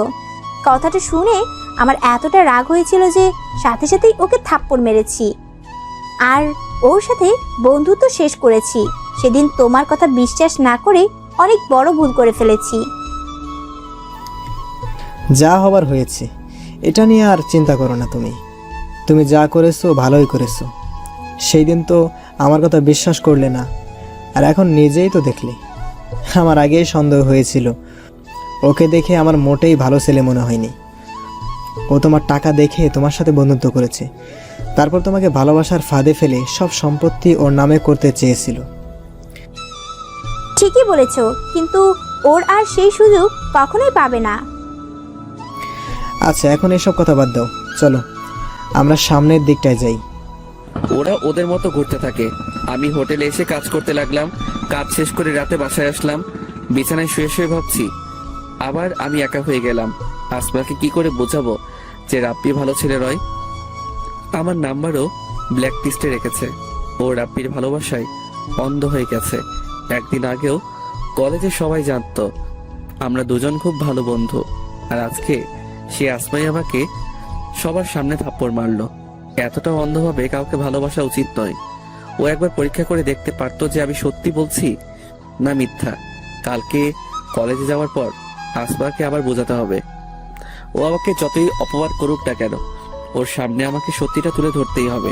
সকালে ঘুম থেকে উঠে ফ্রেশ হয়ে কিছুক্ষণ পড়লাম, তারপর কলেজে গেলাম। কলেজে গিয়ে দেখলাম আসমা ওর বান্ধবীদের সাথে কথা বলছে। আসমা, তোর সাথে আমার কথা আছে। তোকে বলেছি না তুই কখনো আমার সামনে আসবি না আর কখনো আমার সাথে কথা বলবি না, তারপরও বেহায়ের মতো কেন আবার আমার কাছে এসেছিস? দেখ আসমা, তুই আমাকে যা বলার বল, দয়া করে আমার কথাটা একবার বিশ্বাস কর। তুই ওর ভালোবাসায় অন্ধ হয়ে গেছিস, তাই এখন তোর আমার কথা বিশ্বাস হচ্ছে না। তুই একবার চিন্তা করে দেখ, আমি সত্যি বলছি না মিথ্যা। অনেক হয়েছে, আর একবারও রাব্বির সম্পর্কে বাজে কথা বলবি না। তোর কপাল ভালো যে আমি তোর মতো একটা ছেলের সাথে বন্ধুত্ব করেছিলাম, কিন্তু তুই আমার সেই বন্ধুত্বের সুযোগ নিলি। তোর কি মনে হয় রাব্বির সম্পর্কে এসব বললেই আমি রাব্বিকে ভুল বুঝবো, তারপর তোকে ভালোবাসবো? তোর কি মনে হয় আমি কিছু বুঝি না? তুই আমাকে ভালোবাসার ফাঁদে ফেলে আমার কাছ থেকে টাকা হাতিয়ে নিতে চাস? তোর সাথে বন্ধুত্ব করাই ছিল আমার জীবনের সব থেকে বড় ভুল, আর এখন তা বুঝতে পারছি। তুই আর কখনো আমার সামনে আসবি না। এই বলে আসমা চলে যেতে লাগলো। তখনই আমি আসমার হাত ধরে ওকে কিছু বলতে যাব, তার আগেই ছোট লোকের বাচ্চা, তোর সাহস কি করে হয় আমার হাত ধরার? তুই কোন সাহসে আমার হাত ধরলি? আরে তোর তো জন্মেরই ঠিক নেই। তুই ভাবলি কি করে আমি তোকে ভালোবাসবো? তোকে করুণা করে তোর সাথে বন্ধুত্ব করেছিলাম, কিন্তু তুই তার যোগ্য নস। তোর মতো এতিম ছেলেকে কেউ কোনোদিন ভালোবাসবে না। চোখের পানি মুছে বলতে লাগলাম, এটা ঠিক যে আমি তোকে ভালোবাসি, কিন্তু এটা ঠিক নয় যে আমি তোর টাকার লোভে তোকে ভালোবাসি। তুই ঠিকই বলেছিস, আমার হয়তো জন্মেরই ঠিক নাই, তাই তো আমি জানি না যে কে আমার বাবা। তোর সাথে পরিচয় হবার আগ পর্যন্ত আমার জীবনে কখনো সুখ আসেনি। তুই ঠিকই বলেছিস যে আমি একটা এতিম ছেলে। তোর সাথে পরিচয় হবার পর আমি ভুলেই গেছিলাম যে আমি একটা এতিম ছেলে। আজকে তুই মনে করিয়ে দিয়ে ভালোই করেছিস। আজকের পর থেকে এই এতিম ছেলেটা তোকে আর বিরক্ত করবে না। তবে একটা কথা মনে রাখ, একদিন ঠিকই তুই আমার কথা বুঝবি। হয়তো তখন আমি থাকবো না, তারপর সেখান থেকে চলে এসে একটা বেঞ্চের উপর বসে আছি আর চোখের পানি ফেলতেছি। হঠাৎ করে সাকিব আমার কাছে এসেই, তোর সাহস কি করে হয় আসমার হাত ধরার? এতদিন আসমার জন্য তোকে কিছু বলতে পারিনি। ভেবেই পাচ্ছি না যে তোর মতো ছেলের সাথে আসমা কি করে বন্ধুত্ব করলো। যাক, অবশেষে আসমা ওর ভুল বুঝতে পেরেছে। আজকে তোর এমন মার মারবো যে আর কোনোদিন আসমার পিছে পড়বি না। সাকিব তারপর আমাকে অনেক মারলো, কোনো কিছুই বলতে পারি নাই। মুখ বুঝে সব সহ্য করেছি। আমি তো আসমার কোনো ক্ষতি করিনি, শুধু ওর সাহায্য করতে চাইছিলাম, কিন্তু তার প্রতিদান ও এইভাবে দিবে তা আমি কোনো দিনও ভাবতে পারি নাই। কোনো মতে বাসায় চলে আসলাম। বাসায় এসে শুয়ে পড়লাম। হাতে কোনো টাকাও নেই যে ডাক্তার দেখাবো। মায়ের কারণে জ্বর চলে আসলো, চোখ দুটো বন্ধ হয়ে আসছে, আর কিছু মনে নেই। চোখ খুলে দেখি আমি একটা বিছানায় শুয়ে আছি। তারপর পাশে তাকিয়ে দেখলাম যে পাশের বাসার বড় ভাই আছে। আমি চোখ খুলছি দেখে বলতে লাগলো, তোর জ্ঞান ফিরেছে, আমি ডাক্তারকে নিয়ে আসি। তারপর বড় ভাইকে আমার সাথে ঘটে যাওয়া সব কিছু বললাম। আমি তোর বাসার পাশ দিয়ে যাওয়ার সময় দেখি তোর রুমের দরজা খোলা। এই সময়ে সাধারণত তোর রুমের দরজা খোলা থাকে না, তাই ভাবলাম হয়তো কোনো চোর হবে, তাই তোর রুমের কাছে গেলাম আর দেখলাম তুই বিছানার উপর শুয়ে আছিস। তোকে দেখে মনে হলো তুই অ্যাক্সিডেন্ট করেছিস।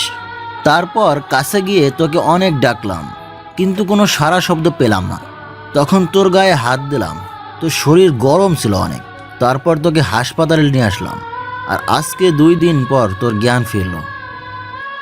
বড় ভাইয়ের কাছ থেকে এসব শোনার পর আমি আমার সাথে ঘটে যাওয়া ঘটনার কথা মনে করতে লাগলাম। মনে করতেই চোখ দিয়ে পানি গড়িয়ে পড়ল। তোর চোখে পানি কেন? কি হয়েছে আমাকে বল। তারপর বড় ভাইকে আমার সাথে ঘটে যাওয়া সব কিছু বললাম। এত কিছু হয়েছে তোর সাথে? মন খারাপ করিস না, দেখবি একদিন ঠিকই আসমা ওর ভুল বুঝতে পারবে, আর সেই দিন এসে ও তোর কাছে মাফ চাইবে। হয়তো সেই দিন আমি থাকবো না। দূর, যত সব বাজে কথা। এখন একটু ঘুমা, তোর শরীর খুবই দুর্বল। আমি একটু বাসা থেকে আসি। আচ্ছা ভাই। তারপর শুয়ে শুয়ে ভাবতে থাকলাম, মানুষ বড়ই অদ্ভুত। এক সময় আসমা আমাকে বলেছিল আমি যেন আর কোনো দিন নিজেকে এতিম না বলি, কিন্তু সেই আসমাই আমাকে এতিম বলে অপমান করলো। কখন যে ঘুমিয়ে পড়েছি নিজেও জানি না। কিছুক্ষণ পর ঘুম ভাঙলো, দেখলাম বড় ভাই আমার পাশে। যাকে আমার সব কিছু ভেবেছিলাম তার জন্যই আজকে আমার এই অবস্থা। অথচ আপনি আমার রক্তের কেউ নন, তারপরও আমার জন্য এত কিছু করেছেন। জানি না আপনার এই ঋণ আমি কিভাবে শোধ করব। অনেক বেশি কথা বলিস তুই। তোকে বলেছি ঋণ শোধ করতে, তুই না আমি তোর ঋণ কিভাবে শোধ করব জানি না। মানে? তুই ওই দিন যদি আমার বোনকে রক্ত না দিতি তাহলে হয়তো তাকে বাঁচানো যেত না। তাছাড়া তোর মতো ছেলে আমি খুব কমই দেখেছি। তোর জায়গায় যদি অন্য কোনো ছেলে থাকতো তাহলে হয়তো খারাপ পথে যেত, কিন্তু তুই ঠিক তার উল্টো। আমার বিশ্বাস একদিন তুই অনেক বড় হবি। 2 দিন হাসপাতালে থাকার পর আজকে রিলিজ দিল। এই 2 দিন বড় ভাই প্রায় সব সময়ই আমার পাশে ছিল। হাসপাতাল থেকে রিলিজ পেয়ে বাসায় চলে আসলাম। এখন অনেকটাই সুস্থ। বাসায় আসার পর রেস্ট নিয়ে হোটেলে গেলাম। অনেক দিন হোটেলে যাই না, জানি না ম্যানেজার কি বলবে। হোটেলে যাওয়ার পর আমাকে দেখেই ম্যানেজার বলল, তুমি এখানে কেন? স্যার আমি খুবই দুঃখিত এতদিন না আসার জন্য। আসলে আর কিছু বলতে হবে না। আমি কি তোমার কাছে কিছু জানতে চেয়েছি? এতদিন আসো নাই ভালো কথা, আর আসতেও হবে না। এই নাও তোমার পাওনা টাকা, আর এখান থেকে বিদায় হও। স্যার দয়া করে আমার সাথে এমনটা করবেন না। এই চাকরিটা আমার খুব প্রয়োজন। দয়া করে আমাকে চাকরি থেকে বহিষ্কার করবেন না। আপনি আমার কথাটা একবার শুনুন, তারপর যা সিদ্ধান্ত নেবেন। তোমার কোনো কথা আমি শুনতে চাই না। তুমি যদি আর এক মুহূর্তেও এখানে দাঁড়াও, তাহলে আমি দারোয়ান ডাকতে বাধ্য হব। না স্যার, তার আর দরকার হবে না, আমি চলে যাচ্ছি। তারপর সেখান থেকে চলে আসলাম। রাস্তা দিয়ে হাঁটছি আর ভাবছি, অবহেলিত জীবনটা এত কম সময়ে ইতি ঘটাবে তা ভাবতে পারিনি। জীবন সংগ্রামে বাঁচতে অনেক যুদ্ধ করেছি। আমি যত উপরে উঠছি, মানুষ আমাকে তত নিচের দিকে টেনে নিচ্ছে। জীবনে কখনো কারো ভালোবাসা পাইনি। প্রথমবার কেউ একজন আমার সঙ্গ দিয়েছিল, কিন্তু শেষ পর্যন্ত সেও আমাকে ছেড়ে চলে গেছে। আসমা ঠিকই বলেছে, আমার হয়তো জন্মেরই ঠিক নেই, তাই তো জানিও না কে আবার বাবা। আজকে যদি এই রাস্তায় আমার মৃত্যু হয়, তাহলে হয়তো আমার লাশটাও দাফন হবে না। এই দুনিয়া বড়ই অদ্ভুত। যে যুদ্ধ করতে চায় তাকে আরো যুদ্ধ করতে হয়। তবে একটা ইচ্ছা মনে হয় অপূর্ণই থেকে যাবে। যদি আমার পরিচয়টা একবার জানতে পারতাম, তাহলে আর কোনো কষ্ট থাকতো না। তাহলে কেউ আর বলতে পারতো না যে আমার জন্মের ঠিক নেই। শেষবারের মতো এই পৃথিবীটাকে দেখে নিচ্ছে। আত্মহত্যা করতে যাব, তখনই শুনতে পেলাম, এই আপনাকে বলেছি না আর বিরক্ত করবেন না। বারবার এসে একই কথা কেন জিজ্ঞেস করেন? বারবার জিজ্ঞেস করলে কি জামাটার দাম কমে যাবে? যেটা কিনতে পারবেন না সেটা নিয়ে পড়ে আছেন কেন? কোথা থেকে যে আসে এইসব রাস্তার মহিলা? আমি পাশে দোকানের দিকে তাকিয়ে দেখলাম দোকানদার একটা মহিলাকে এই কথাগুলো বলছে। আমি দোকানদারকে গিয়ে জিজ্ঞেস করলাম, কি হয়েছে?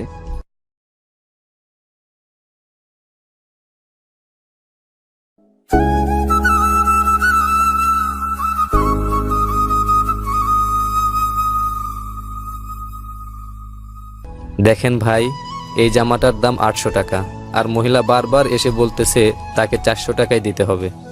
আপনিই বলেন ভাই, 800 টাকার জামা 400 টাকায় কিভাবে দিব? তারপর আমি সেই মহিলাকে জিজ্ঞেস করলাম, আপনি এই জামাটা দিয়ে কি করবেন? বাবা, এই জামাটা আমার মেয়ের জন্য কিনতে চেয়েছিলাম। আমার মেয়েটা ক্লাস 8-এ পড়ে। অনেক কষ্ট করে মানুষের বাসায় কাজ করে ওর লেখাপড়া করাই। আমার মেয়েটা আজকে 3 দিন ধরে অসুস্থ। টাকার অভাবে ডাক্তার দেখাতে পারি নাই। আজকে মেয়েটা আমার কাছে একটা নতুন জামা চেয়েছে। কোনোদিনও ওকে নতুন জামা কিনে দিতে পারি নাই। ও খুব অসুস্থ, হয়তো চিকিৎসার অভাবে আর বেশি দিন ওকে বাঁচাতে পারবো না। তাই ওর এই ইচ্ছাটা পূরণ করতে চেয়েছিলাম, আর সকাল থেকে ভিক্ষা করে এই 400 টাকা পেয়েছি। তারপর নিজের টাকা দিয়ে ওই জামাটা কিনে দিয়ে মহিলাকে বললাম, এই নিন, আর চলেন, আপনার মেয়েকে হাসপাতালে নিয়ে যেতে হবে। তুমি কেন নিজের টাকা দিয়ে জামা কিনছো? আমার মেয়েটার ডাক্তারও দেখাবা? এই দুনিয়ায় আমার কেউ নেই। আমি জানি না কে আমার বাবা মা। আমি একটু আগে আত্মহত্যা করতাম, কিন্তু আল্লাহ তাআলা আমাকে তা করতে দেয়নি। হয়তো উনি আমাকে একটা পরিবার দিতে চেয়েছিলেন। এখন আমি বাঁচবো আমার মা আর বোনের জন্য বাঁচবো। আজ থেকে আপনি আমার মা, আর আপনার মেয়ে আমার বোন। কিন্তু বাবা, তুমি কেন আত্মহত্যা করতে গেলে? তারপর তাকে আমার জীবনের সবকিছু বললাম। কেঁদো না বাবা, দেখবা সব ঠিক হয়ে যাবে। তারপর তার বাসায় গেলাম, তার মেয়েকে ডাক্তারের কাছে নিয়ে গেলাম। 3 দিন পর আজকে সুস্থ হলো। আমাকে দেখে বলতে লাগলো, মা, উনি কে? আজ থেকে আমি তোমার বড় ভাই। তোমার নাম কি?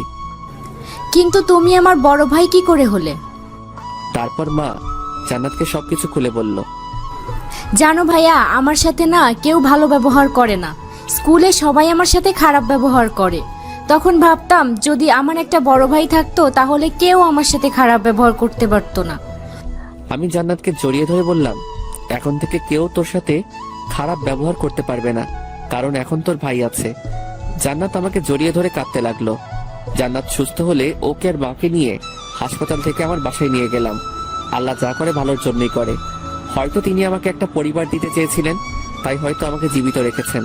কিন্তু আর একটা জিনিস ভেবে খুবই চিন্তা হচ্ছে, সেটা হলো কিভাবে পরিবারের খরচ চালাবো। বাসার সামনে বসে এগুলো ভাবছি, তখনই বড় ভাই বলল, পারভেজ, তোর বাসায় এরা কারা? বড় ভাইকে সবকিছু খুলে বললাম। ভালোই হয়েছে, তুই একটা পরিবার পেলি। তা তোকে এত চিন্তিত লাগছে কেন? হাসপাতালে থাকার কারণে তো হোটেলে যেতে পারি নাই, তাই চাকরিটা চলে গেছে। এখন ভাবছি কিভাবে খরচ চালাবো। এত ভাবতে হবে না, তোর তো হোটেলে কাজ করার অভিজ্ঞতা আছে। আমি তোকে অন্য একটা হোটেলে কাজ দিয়ে দেবো। অনেক অনেক ধন্যবাদ ভাইয়া। আপনার এই ঋণ আমি হয়তো কোনোদিনও শোধ করতে পারবো না। আপনি না থাকলে হয়তো আমি এতদিনে বেঁচেই থাকতাম না। আর কখনো এই কথা বলবি না। আর সন্ধ্যার সময় তৈরি থাকিস, তোকে নিয়ে সেই কাজের জন্য যাব। আচ্ছা ভাই। তারপর বাসায় গিয়ে ফ্রেশ হয়ে কিছু খেয়ে জান্নাতকে নিয়ে বাসার কাছে একটা স্কুলে গেলাম। ওকে সেখানে ভর্তি করিয়ে দিলাম। দুপুরে বাসায় এসে ফ্রেশ হয়ে সবাই মিলে খেতে বসলাম। খাওয়া দাওয়ার পর একটু ঘুমালাম। সন্ধ্যায় বড় ভাইয়ের সাথে তার পরিচিত একটা হোটেলে গেলাম। বড় ভাই হোটেল ম্যানেজারের সাথে কথা বলছে। কিছুক্ষণ পর আমাকে ডাকলো। আমাকে জিজ্ঞেস করলো যে আমি কোন সময় থেকে কাজ করতে পারবো। আগের হোটেলে যে সময় করতাম ওই সময়ের কথা বললাম। তারা কালকে থেকে কাজে যোগ দিতে বলল। তারপর সেখান থেকে বাসায় চলে আসলাম। রাতে শুয়ে শুয়ে ভাবছি সবকিছু যে এত সহজে হয়ে যাবে তা ভাবতে পারি নাই। বড় ভাই আমার জন্য যা করেছে হয়তো আপনজনরাও তা করতো না। উনি খুবই ভালো একজন মানুষ। এতদিন ভাবতাম এই দুনিয়ায় আমি একা, কিন্তু এখন আমি খুবই খুশি, কারণ আমার মা আছে, জান্নাতের মতো একটা বোন আছে। এখন থেকে আর নিজেকে কখনো একা মনে হবে না। শুধু একটা জিনিসই অপূর্ণ থেকে গেল, সেটা হলো আসমা। আমি তো ওর ভালো চেয়েছিলাম, কিন্তু ও আমাকে ভুল বুঝলো, আমাকে অনেক অপমান করলো। যেদিন রাব্বি সত্যিটাও জানতে পারবে সেদিন হয়তো ওর আমাকে মনে পড়বে। হয়তো ওর সাথে বন্ধুত্ব করাই আমার উচিত হয়নি। যদি ওর সাথে বন্ধুত্ব না করতাম তাহলে হয়তো ওর মায়ায় পড়তাম না, আর এখন কষ্ট পেতাম না। আমার ভালোবাসাটা শুধুই একতরফা, কারণ এই ভালোবাসা হয়তো কখনো পূর্ণতা পাবে না। এসব ভাবতে ভাবতে ঘুমিয়ে পড়লাম। সকালে ঘুম থেকে উঠে ফ্রেশ হয়ে কিছু খেয়ে জান্নাতকে নিয়ে স্কুলে গেলাম। ওকে স্কুলে রেখে আমি কলেজে গেলাম। অনেকদিন পর কলেজে যাচ্ছি। কলেজে যাওয়ার পর একটা বেঞ্চের উপরে একা একা বসে আছি, কারণ এখনো ক্লাসের সময় হয়নি। আগে হলে আমার সাথে আসমা বসে থাকতো, কিন্তু এখন আর তা সম্ভব নয়। দূর থেকে দেখলাম আসমা ওর বন্ধুদের সাথে কথা বলছে। আসমা আমাকে দেখেনি, কারণ আমি এমন ভাবে আছি যাতে আসমার চোখ আমার উপরে না পড়ে। ও আমাকে বলেছিল আমার মুখ যাতে ওর দেখতে না হয়, তাই যতটা সম্ভব ওর থেকে দূরে থাকতে হবে। একটু আগে ভুলবশত ওর দিকে চোখ পড়েছে, না আর কখনো বেহায়ের মতো ওর দিকে তাকানো যাবে না। এসব ভাবছি তখন তুই লুকিয়ে লুকিয়ে আসমাকে কেন দেখছিস? পিছনে তাকিয়ে দেখলাম সাকিব আমাকে বলছে।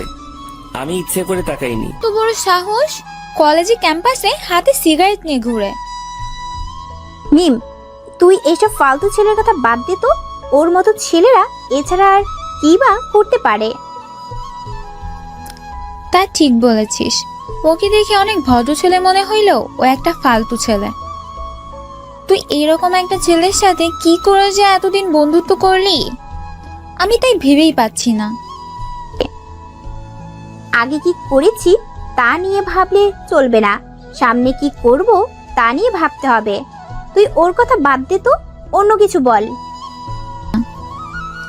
আচ্ছা বাদ দিলাম, এখন বল রাপি ভাইয়ের সাথে তোর রিলেশন কেমন চলছে? ভালোই চলছে। সে হলো মহাব্যস্ত মানুষ, তাই আজকাল আমাকে তেমন সময় দিতে পারে না।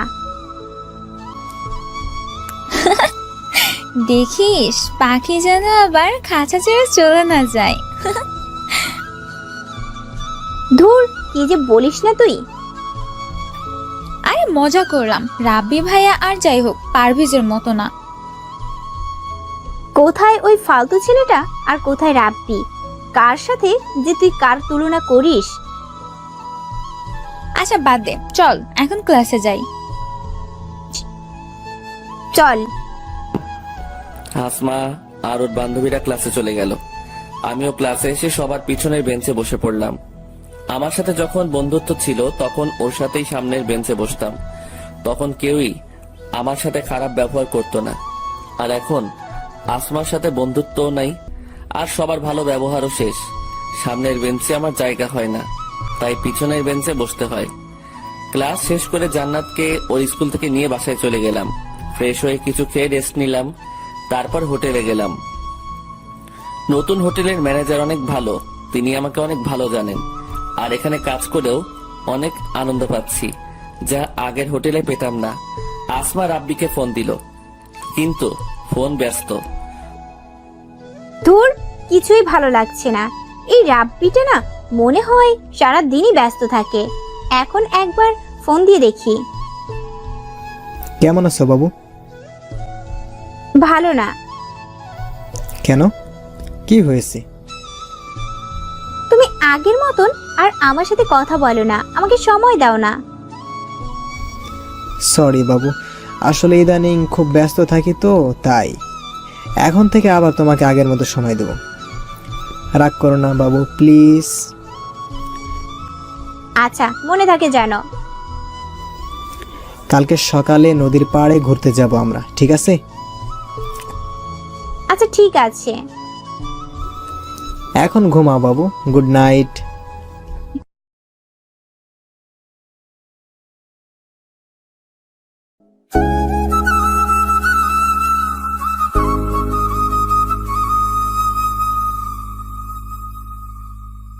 Good night. রাব্বির সাথে কথা বলার পর এখন অনেক ভালো লাগছে। এখন শান্তিতে ঘুমাতে পারবো।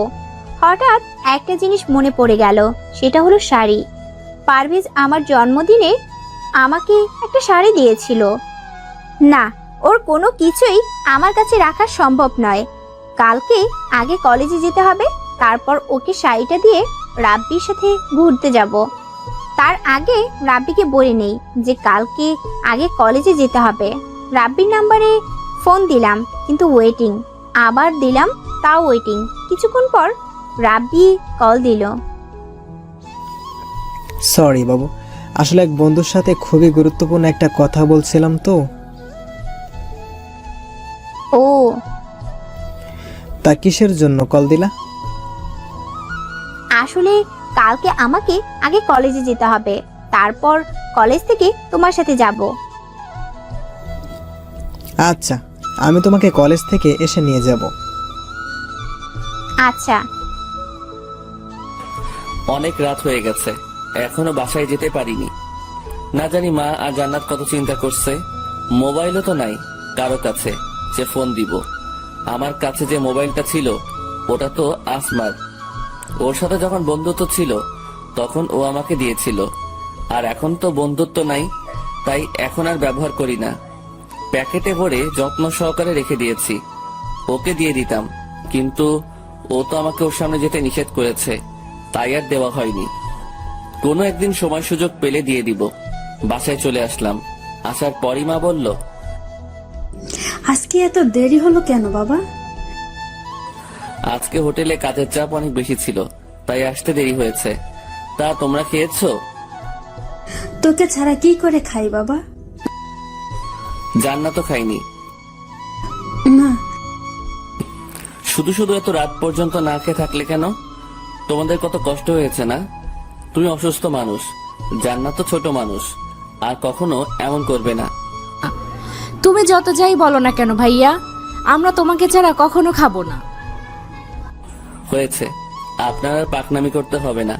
এখন সবাই মিলে ভাত খাবো। খেয়ে দিয়ে শুয়ে পড়লাম। সকালে ঘুম থেকে উঠে ফ্রেশ হয়ে কিছু খেয়ে জান্নাতকে নিয়ে বেরিয়ে পড়লাম। ও, একটা জিনিসই তো নেওয়া হয়নি। তাড়াতাড়ি করে মোবাইলটা ব্যাগের ভিতরে ভরে নিলাম। প্রতিদিনই মোবাইলটা নিয়ে যাই, যখন সুযোগ পাবো তখনই দিয়ে দিব।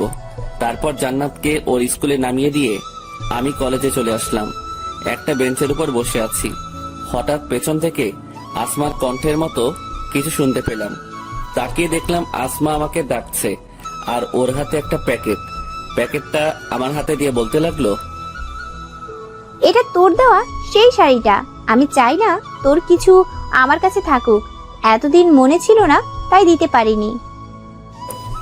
তারপর আমিও ব্যাগ থেকে মোবাইলটা বের করে ওকে দিয়ে দিলাম। আমার মতো রাস্তার ছেলের হাতে এটা শোভা পায় না।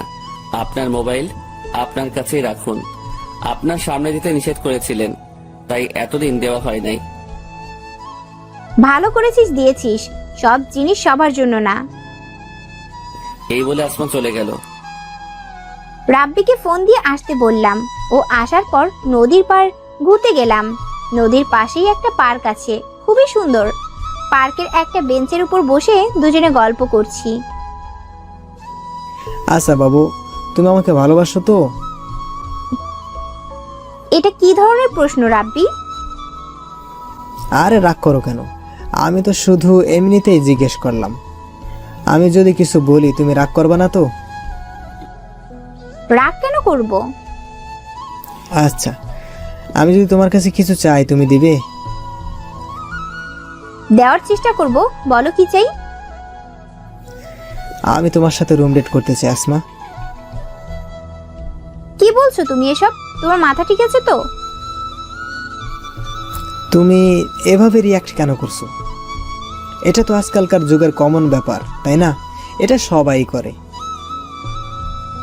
সবাই করে তার মানে এটা নয় যে আমাদেরও করতে হবে। আর বিয়ের আগে আমি কখনোই এসব করতে পারবো না। বিয়ে তো আমরা করবই, তাহলে করলে সমস্যা কি?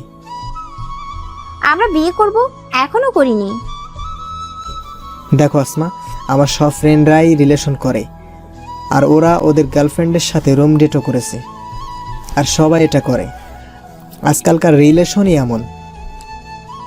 তার মানে তুমি আমার সাথে রুম ডেট করে তোমার ফ্রেন্ডদের এটা বোঝাতে চাও যে তুমি আমার সাথে রুম ডেট করেছো, আর আজকালকার রিলেশন কেমন তা জানার প্রয়োজন বোধ করছি না।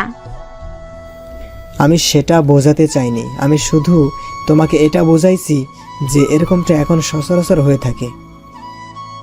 আমি এটা ভেবে পাচ্ছি না যে তুমি এরকম নিচু চিন্তা ভাবনা কি করে করতে পারো। আমি এই বিষয়ে তোমার সাথে আর কোনো কথা বলতে চাই না। আমি চললাম। রাগ করেই সেখান থেকে চলে আসলাম। এতটা রাগ হয়েছে রাব্বির উপর তা বলার মতো না। ও কি করে আমায় এমন প্রস্তাব দিতে পারে আমি সেটাই ভেবে পাচ্ছি না। বাসায় চলে আসলাম, কিছুই ভালো লাগছে না।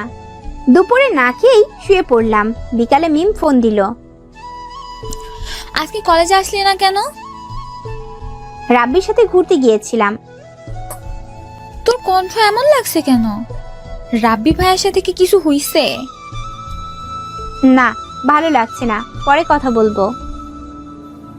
আচ্ছা, আমি তোর বাসায় আসছি। ফোনে কথা বলতেও ভালো লাগছিল না। পার্কে থেকে আসার পর রাব্বি আমাকে অনেক কল মেসেজ দিয়েছিল, কিন্তু আমি রাগের কারণে রিপ্লাই করি নাই। কিছুক্ষণ পর মিম আসলে ওর সাথে ছাদে গেলাম। এখন আমাকে বল তো তোর কি হয়েছে? আন্টির কাছে শুনলাম এখন পর্যন্ত কিছু খাসনি। রাব্বির উপর রাগ করেছি। কেন, কি হয়েছিল? ও আজকে পার্কে আমাকে রুম ডেট করতে অফার করেছিল। কি? তা তুই কি বললি? ওর সাথে ঝগড়া করে চলে এসেছি। তা এর সাথে ভাত না খাওয়ার কি সম্পর্ক? আমার কিছুই ভালো লাগছিল না। আমি ভেবে পাচ্ছি না ও এরকমটা কি করে করতে পারে। আমিও ভেবে পাচ্ছি না যে রাব্বি ভাইয়া এটা কি করে বলতে পারলো। আপাতত এসব চিন্তা মাথা থেকে বাদ দে। তারপর মিমের সাথে আরো কিছুক্ষণ কথা বললাম। কথা বলা শেষ করে বাড়িতে চলে আসলো। হোটেলে এসে কাজ করতেছিলাম, হঠাৎই শুনতে পেলাম, আমি আর তোমাকে সহ্য করতে পারছি না। আমাদের উচিত আলাদা হয়ে যাওয়া। আমিও এটাই চাই। তোমার মতো মেয়ের সাথে রিলেশন চালিয়ে যাওয়া সম্ভব নয়। এখন তো সব দোষ আমার। তুমি তো ধোয়া তুলসী পাতা। সব সমস্যার মূলে তুমি। সব দোষ আমার উপর চাপিয়ে দিয়ে নিজের সাধু সেজেছো। তুমি তোমার ছেলে বন্ধুদের সাথে এত মেলামেশা না করলে তো আর সমস্যা হতো না। ওরা শুধুই আমার বন্ধু, এর থেকে বেশি কিছু না। আর তুমি একটু আমাকে বলবে যে তুমি কোন দিন আমার সাথে দেখা করতে ঠিক সময়ে এসেছো? রাতে ফোন দিলে তোমার মোবাইল ওয়েটিং, এমনকি আজকেও আমার এখানে এসে তোমার জন্য ওয়েট করতে হয়েছে। আমি আমার বন্ধুদের সাথে কথা বলি, আর আমার একটু ঘুমের সমস্যা, তাই আমি ঠিক টাইমে আসতে পারি না। আর তোমার সাথে রিলেশন হওয়ার পর আমার নিজের স্বাধীনতা চলে গেছে। আমি কখন কি করব না করব সব তুমি ঠিক করে দাও, কখন খাবো তাও তুমি ঠিক করে দাও, এমনকি আমি কি শার্ট পরবো কি প্যান্ট পরবো তাও তুমি ঠিক করে দাও। নিজের কাছে মনে হয় যেন আমি ছোট বাচ্চা। আমি তোমাকে ভালোবাসি বিধায় এটা করি, আর তোমার সাথে রিলেশন চালিয়ে যাওয়া আমার পক্ষেও অসম্ভব। তাই আমাদের উচিত হবে আলাদা হয়ে যাওয়া। আমিও তাই চাই। এতক্ষণ দাঁড়িয়ে দাঁড়িয়ে তাদের সব কথা শুনলাম। ভাইয়া যদি কিছু মনে না করেন, আমি কি আপনাদের মাঝে কিছু বলতে পারি? বলুন। আচ্ছা, আপনারা দুজন কি একে অপরকে ভালোবাসতেন? অবশ্যই বাসতাম। আমার মনে হয় আপনাদের কারো মধ্যেই প্রকৃত ভালোবাসা ছিল না। আপনার এরকম কেন মনে হলো? দেখুন, ভালোবাসার মানে পাওয়া না, ভালোবাসার মানে হলো একে অপরকে স্যাক্রিফাইস করা। কিন্তু আপনারা দুজনে কেবল নিজেদের দিকটাই ভেবেছেন। আপনি ভেবেছেন আপনার বয়ফ্রেন্ড আপনার কথা মতো চলুক, আর আপনি ভেবেছেন আপনার গার্লফ্রেন্ড আপনার সব কথা মেনে চলুক। কিন্তু কখনো কি দুজনে একে অপরের ইচ্ছা অনিচ্ছা জানতে চেয়েছেন? একজন আরেকজনকে বুঝতে চেষ্টা করেছেন? তা আপনারা করেননি। আশা করি আপনারা বুঝতে পেরেছেন একজন আরেকজনকে কতটা স্যাক্রিফাইস করলেন, তার মাধ্যমে ভালোবাসা ফুটে ওঠে। সত্যি ভাইয়া, আপনি আমাদের চোখ খুলে দিলেন। আমরা কখনো এভাবে ভেবে দেখিনি। এখন থেকে আমরা একজন আরেকজনের ইচ্ছাকে গুরুত্ব দিব। নিজের ভুলগুলি শুধরে নিয়ে নতুনভাবে শুরু করব। শুভকামনা আপনাদের জন্য। আচ্ছা ভাইয়া, যদি কিছু মনে না করেন, আপনাকে কিছু জিজ্ঞেস করতে পারি? মনে করার কি আছে, করুন। আপনার গার্লফ্রেন্ড আছে? না, একজনকে ভালোবাসতাম, কিন্তু সেটা একটা কথা জোর দিয়ে বলতে পারি, ওই মেয়ে জীবনে অনেক বড় ভুল করলো। হয়তো এর জন্য সে সারা জীবন পস্তাবে।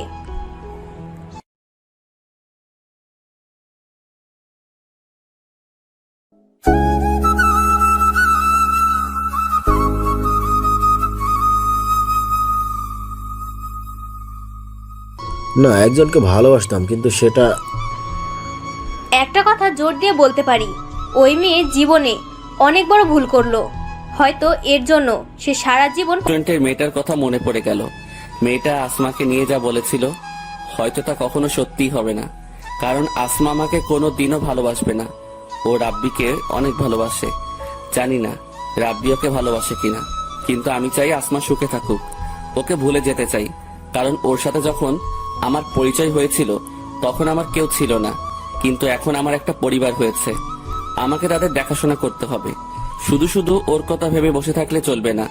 এসব ভাবতে ভাবতেই ঘুমিয়ে পড়লাম, আর ওইদিকে আসমা রাব্বির কথা ভাবতে ভাবতে ঘুমিয়ে গেলাম। ঘুম থেকে উঠে ফ্রেশ হয়ে কিছু খেলাম, তারপর রাব্বিকে ফোন দিয়ে বেরিয়ে পড়লাম। পার্কে গিয়ে রাব্বির জন্য অপেক্ষা করতেছি। কিছুক্ষণ পর রাব্বি চলে আসলো। দুঃখিত, আমার একটু দেরি হয়ে গেল। আরে কোনো সমস্যা নেই, চলো দুজনে হাঁটি। আমি তোমার সাথে জরুরি কিছু কথা বলতে এখানে এসেছি। আচ্ছা বলো। আমি তোমাকে ভালোবাসি না আসমা। কি বলছো এসব? তোমার মাথা ঠিক আছে তো? আমি যা বলছি ভেবেই বলছি। আসলে তোমার সাথে রিলেশনের যাওয়ার আগে আমার আরও একটা রিলেশন ছিল, ওর নাম লাবণী। আমাদের পরিবারেরাও মেনে নিয়েছিল, তারা আমাদের বিয়েও ঠিক করেছিল। কিন্তু হঠাৎই একটা ভুল বোঝাবুঝির কারণে আমাদের সম্পর্কটা ভেঙে যায়। তারপর আমি খুবই ডিপ্রেশনে ভুগি। আমার কিছুই ভালো লাগতো না তখন, আমার অবস্থা খুবই খারাপ হচ্ছিল। তারপর হঠাৎ একদিন আমি তোমাকে দেখি, তুমি তোমার বান্ধবীদের সাথে হেসে হেসে কথা বলছিলে। কেন জানি না, আমার খুবই ভালো লেগেছিল তোমার হাসিটা। তুমি যতক্ষণ কথা বলছিলে ততক্ষণ আমি তোমার দিকে তাকিয়েছিলাম। এমনিতে লাবণীর সাথে ব্রেকআপ হবার পর আমি ভীষণ হতাশ হয়ে পড়েছিলাম। তারপর তোমাকে প্রপোজ করি, আর তুমিও রাজি হয়ে গেলে। কিন্তু আমি তোমাকে মন থেকে মেনে নিতে পারছিলাম না, কারণ আমি লাবণীকে অনেক ভালোবেসে ফেলেছিলাম। প্রথম তোমাকে অনেক ভালো লাগতো, তাই তো তোমাকে পারভেজের সাথে মিশতে বারণ করেছিলাম। কিন্তু হঠাৎ একদিন লাবণী আমাকে ফোন করে, ও আমাকে সরি বলে। আর আবার আমার জীবনে ফিরে আসতে চাইলো। আসলে ওর সাথে ব্রেকআপ হবার জন্য শুধু ও দায়ী ছিল না, আমিও সমানভাবে দোষী ছিলাম, তাই ওকে মেনে নিয়েছিলাম। আর আমাদের দুই পরিবারও আমাদের এক হওয়াতে অনেক খুশি, কারণ তারা চাইতো আমরা যাতে একসাথে থাকি। ওর বাবা আর আমার বাবা বন্ধু ছিলেন, তাই তারা চাইতো আমরা যাতে একে অপরের সাথে থাকি। আর ওই দিন রেস্টুরেন্টে আমি লাবণীর সাথে কথা বলছিলাম।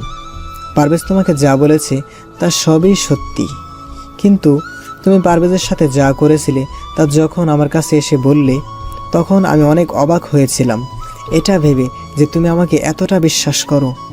আমি খুবই চিন্তায় পড়ে গেলাম। লাবণীকেও তোমার কথা বলি নাই, ও জানতে পারলে হয়তো আবার আমাকে ছেড়ে চলে যাবে। আর তুমিও আমাকে অনেক ভালোবাসো।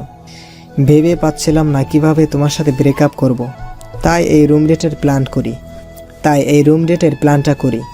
কিন্তু পরে বুঝতে পারলাম এসব বাদ দিয়ে তোমাকেই সরাসরি বলি, আর আমাকে পারলে মাফ করে দিও। হয়তো আজকের পর তোমার সাথে আর কোনো কথা হবে না। কি পেয়েছো আমাকে? খেলার পুতুল।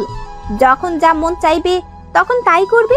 আমার লাইফের ফার্স্ট ক্রাশ ছিলে তুমি। তুমি আমাকে প্রপোজ করার আগে থেকে আমি তোমাকে দেখেছি, তাই তো তোমার প্রপোজে রাজি হয়ে গেলাম। অনেক বিশ্বাস করতাম তোমাকে, আর তুমি আমাকে এভাবে ধোঁকা দিলে।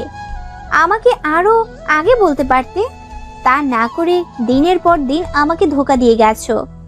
যখন পারভেজের সাথে এত কিছু করলাম তখনও তো বলতে পারতে, কিন্তু তুমি বলনি।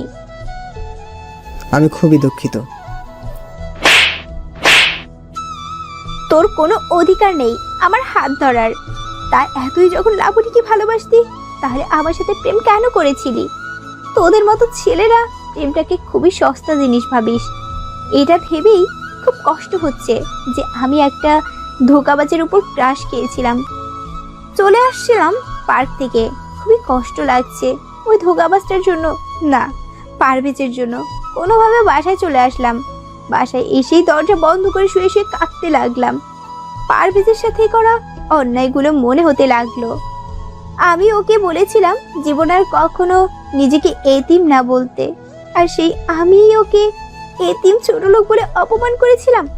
আমি খুবই খারাপ মেয়ে, তাই তো ওর বাবা মা সম্পর্কে বাজে কথা বলেছিলাম। ও হয়তো আমাকে কোনোদিনও মাফ করবে না। নিজেকে খুবই নিকৃষ্ট মনে হচ্ছে। কাঁদতে কাঁদতে শুয়ে পড়লাম। যখন ঘুম ভাঙলো দেখলাম বাবা মা আমার পাশে বসে আছে।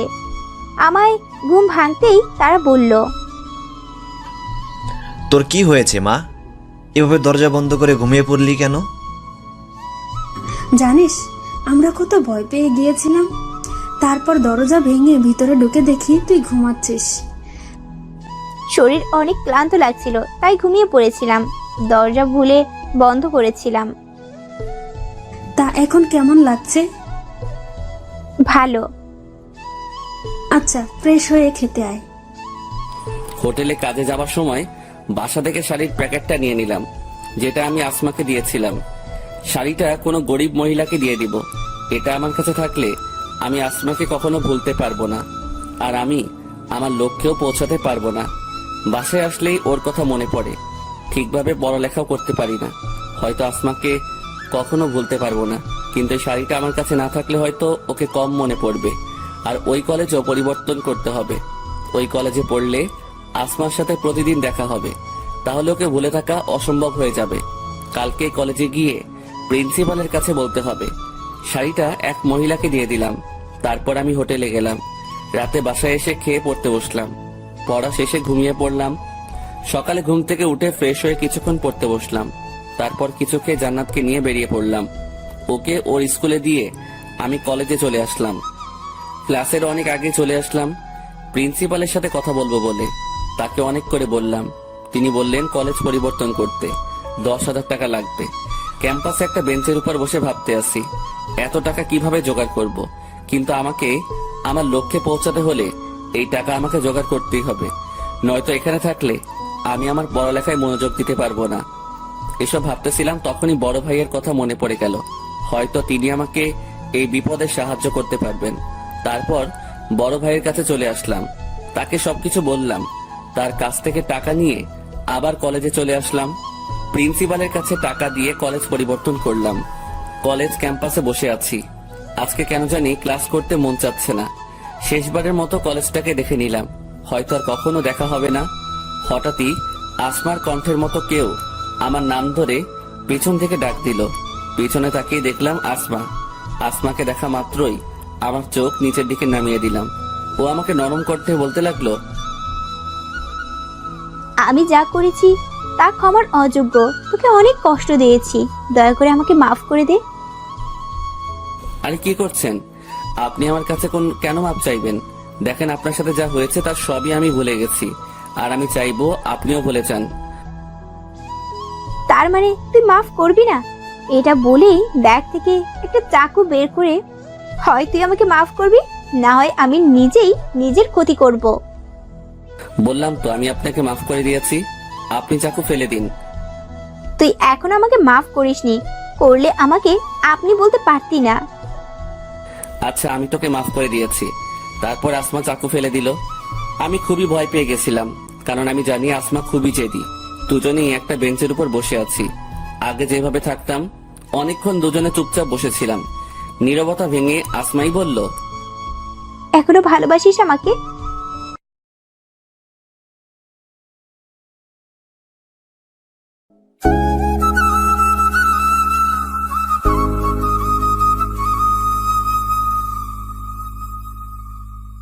আচ্ছা, আমি তোকে মাফ করে দিয়েছি। তারপর আসমা চাকু ফেলে দিল। আমি খুবই ভয় পেয়ে গেছিলাম, কারণ আমি জানি আসমা খুবই জেদি। দুজনেই একটা বেঞ্চের উপর বসে আছি। আগে যেভাবে থাকতাম, অনেকক্ষণ দুজনে চুপচাপ বসেছিলাম। নীরবতা ভেঙে আসমাই বলল, এখনো ভালোবাসিস আমাকে? না। কেন? আগে তো বাসতি। তখন অনুভূতিগুলো জীবিত ছিল, এখন মরে গেছে।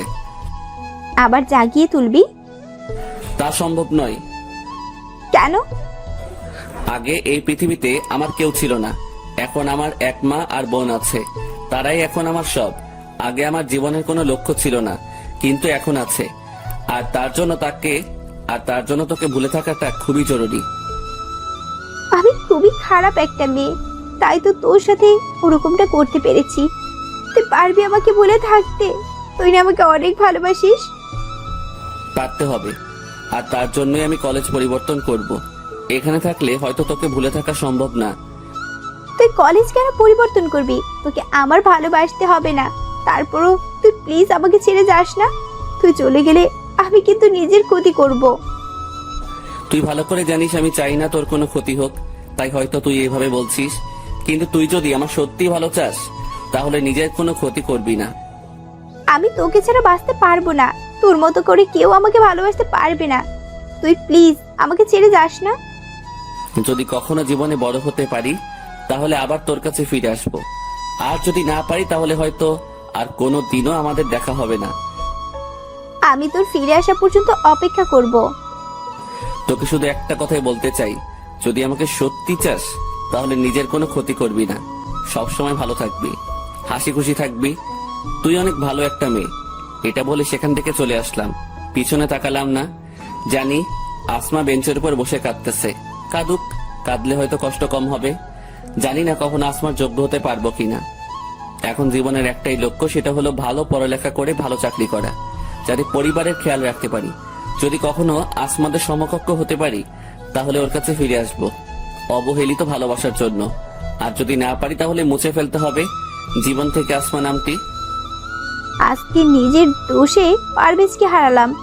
যখন ও কাছে ছিল তখন বুঝতে পারি নাই, আর এখন দূরে চলে যাওয়ায় কষ্ট পাচ্ছি। জানি না ওকে আর পাবো কিনা। এসব ভাবতেছি আর বেঞ্চের উপর বসে কাঁদতেছি। তখনই মিম আসলো। তোর কি হইছে আসমা? এভাবে বেঞ্চের উপর বসে কান্না কেন করছিস? আমি অনেক ভুল করে ফেলেছি, আর সেই ভুলের জন্য আজকে পারভেজ আমাকে ছেড়ে চলে গেছে। কি হয়েছে আমাকে বল তো। মিমকে সবকিছু বললাম।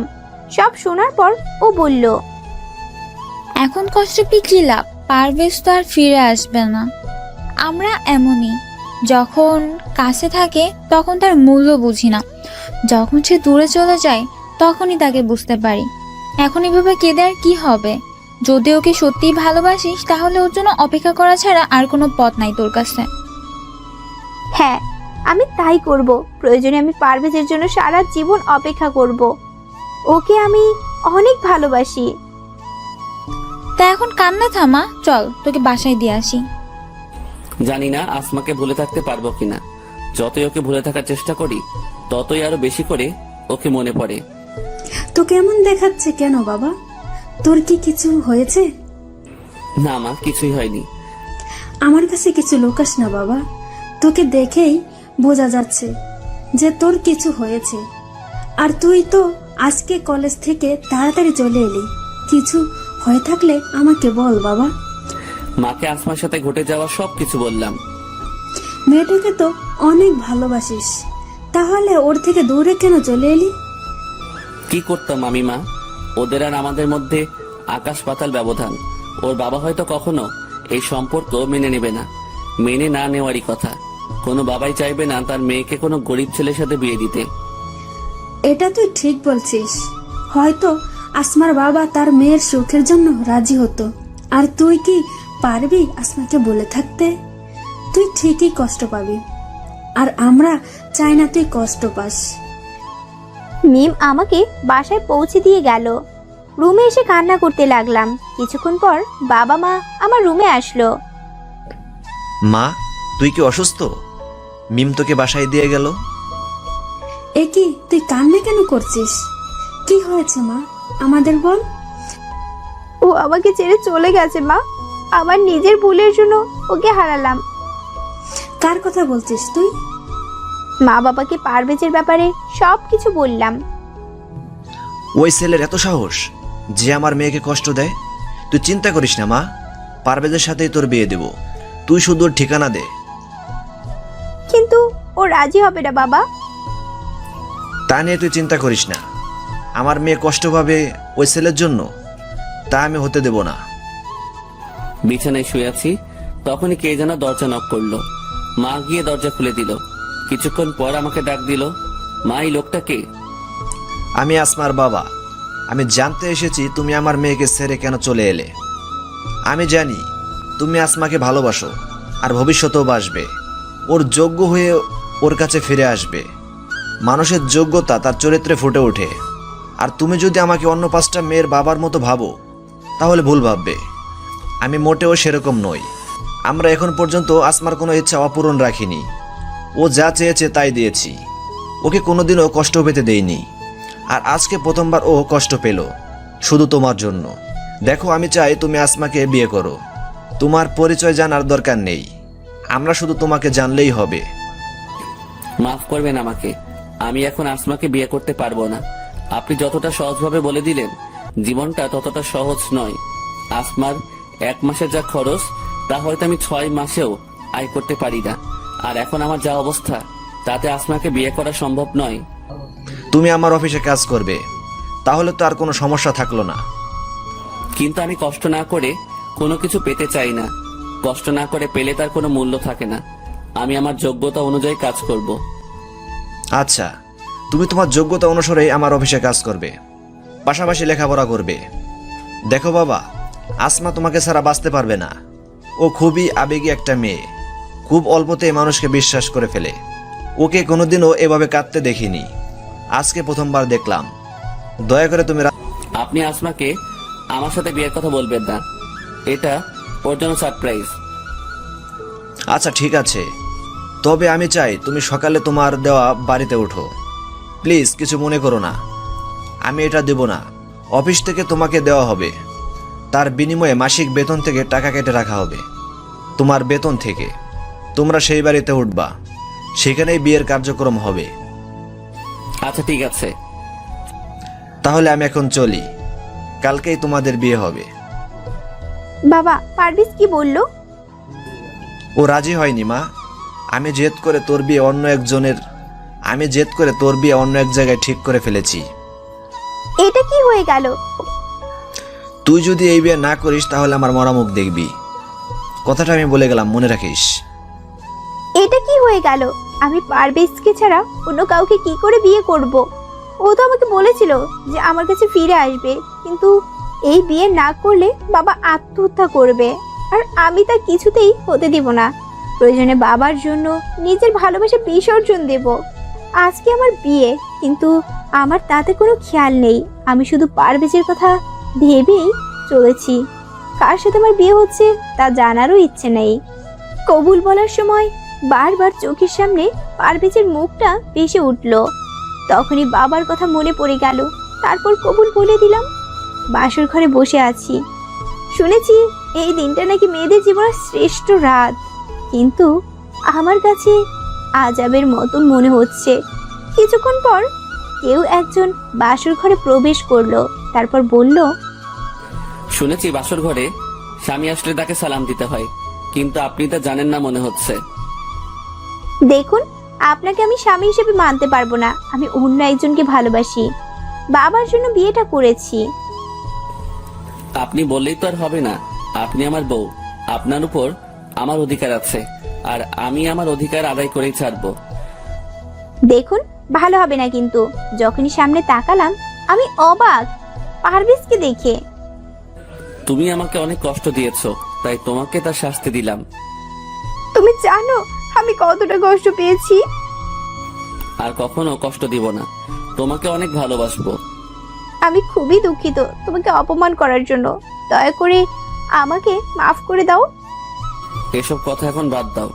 রাজ্যে ফুরিয়ে যাচ্ছে, বাসর করবো কখন? আজকে কোনো বাসর হবে না। কেন? তুমি আমাকে কষ্ট দিয়েছো তাই। তুমি বললেই তো আর আমি মানবো না। আমি আমার অধিকার ঠিকই বুঝে নিব। এটা বলেই আসমাকে জড়িয়ে ধরলাম। এই সবাই দেখছে তো, লাইট বন্ধ করো। লাইট বন্ধ করে আসমাকে নিয়ে সুখের সাগর পাড়ি দিতে গেলাম। সবাই দোয়া করবেন। সমাপ্ত।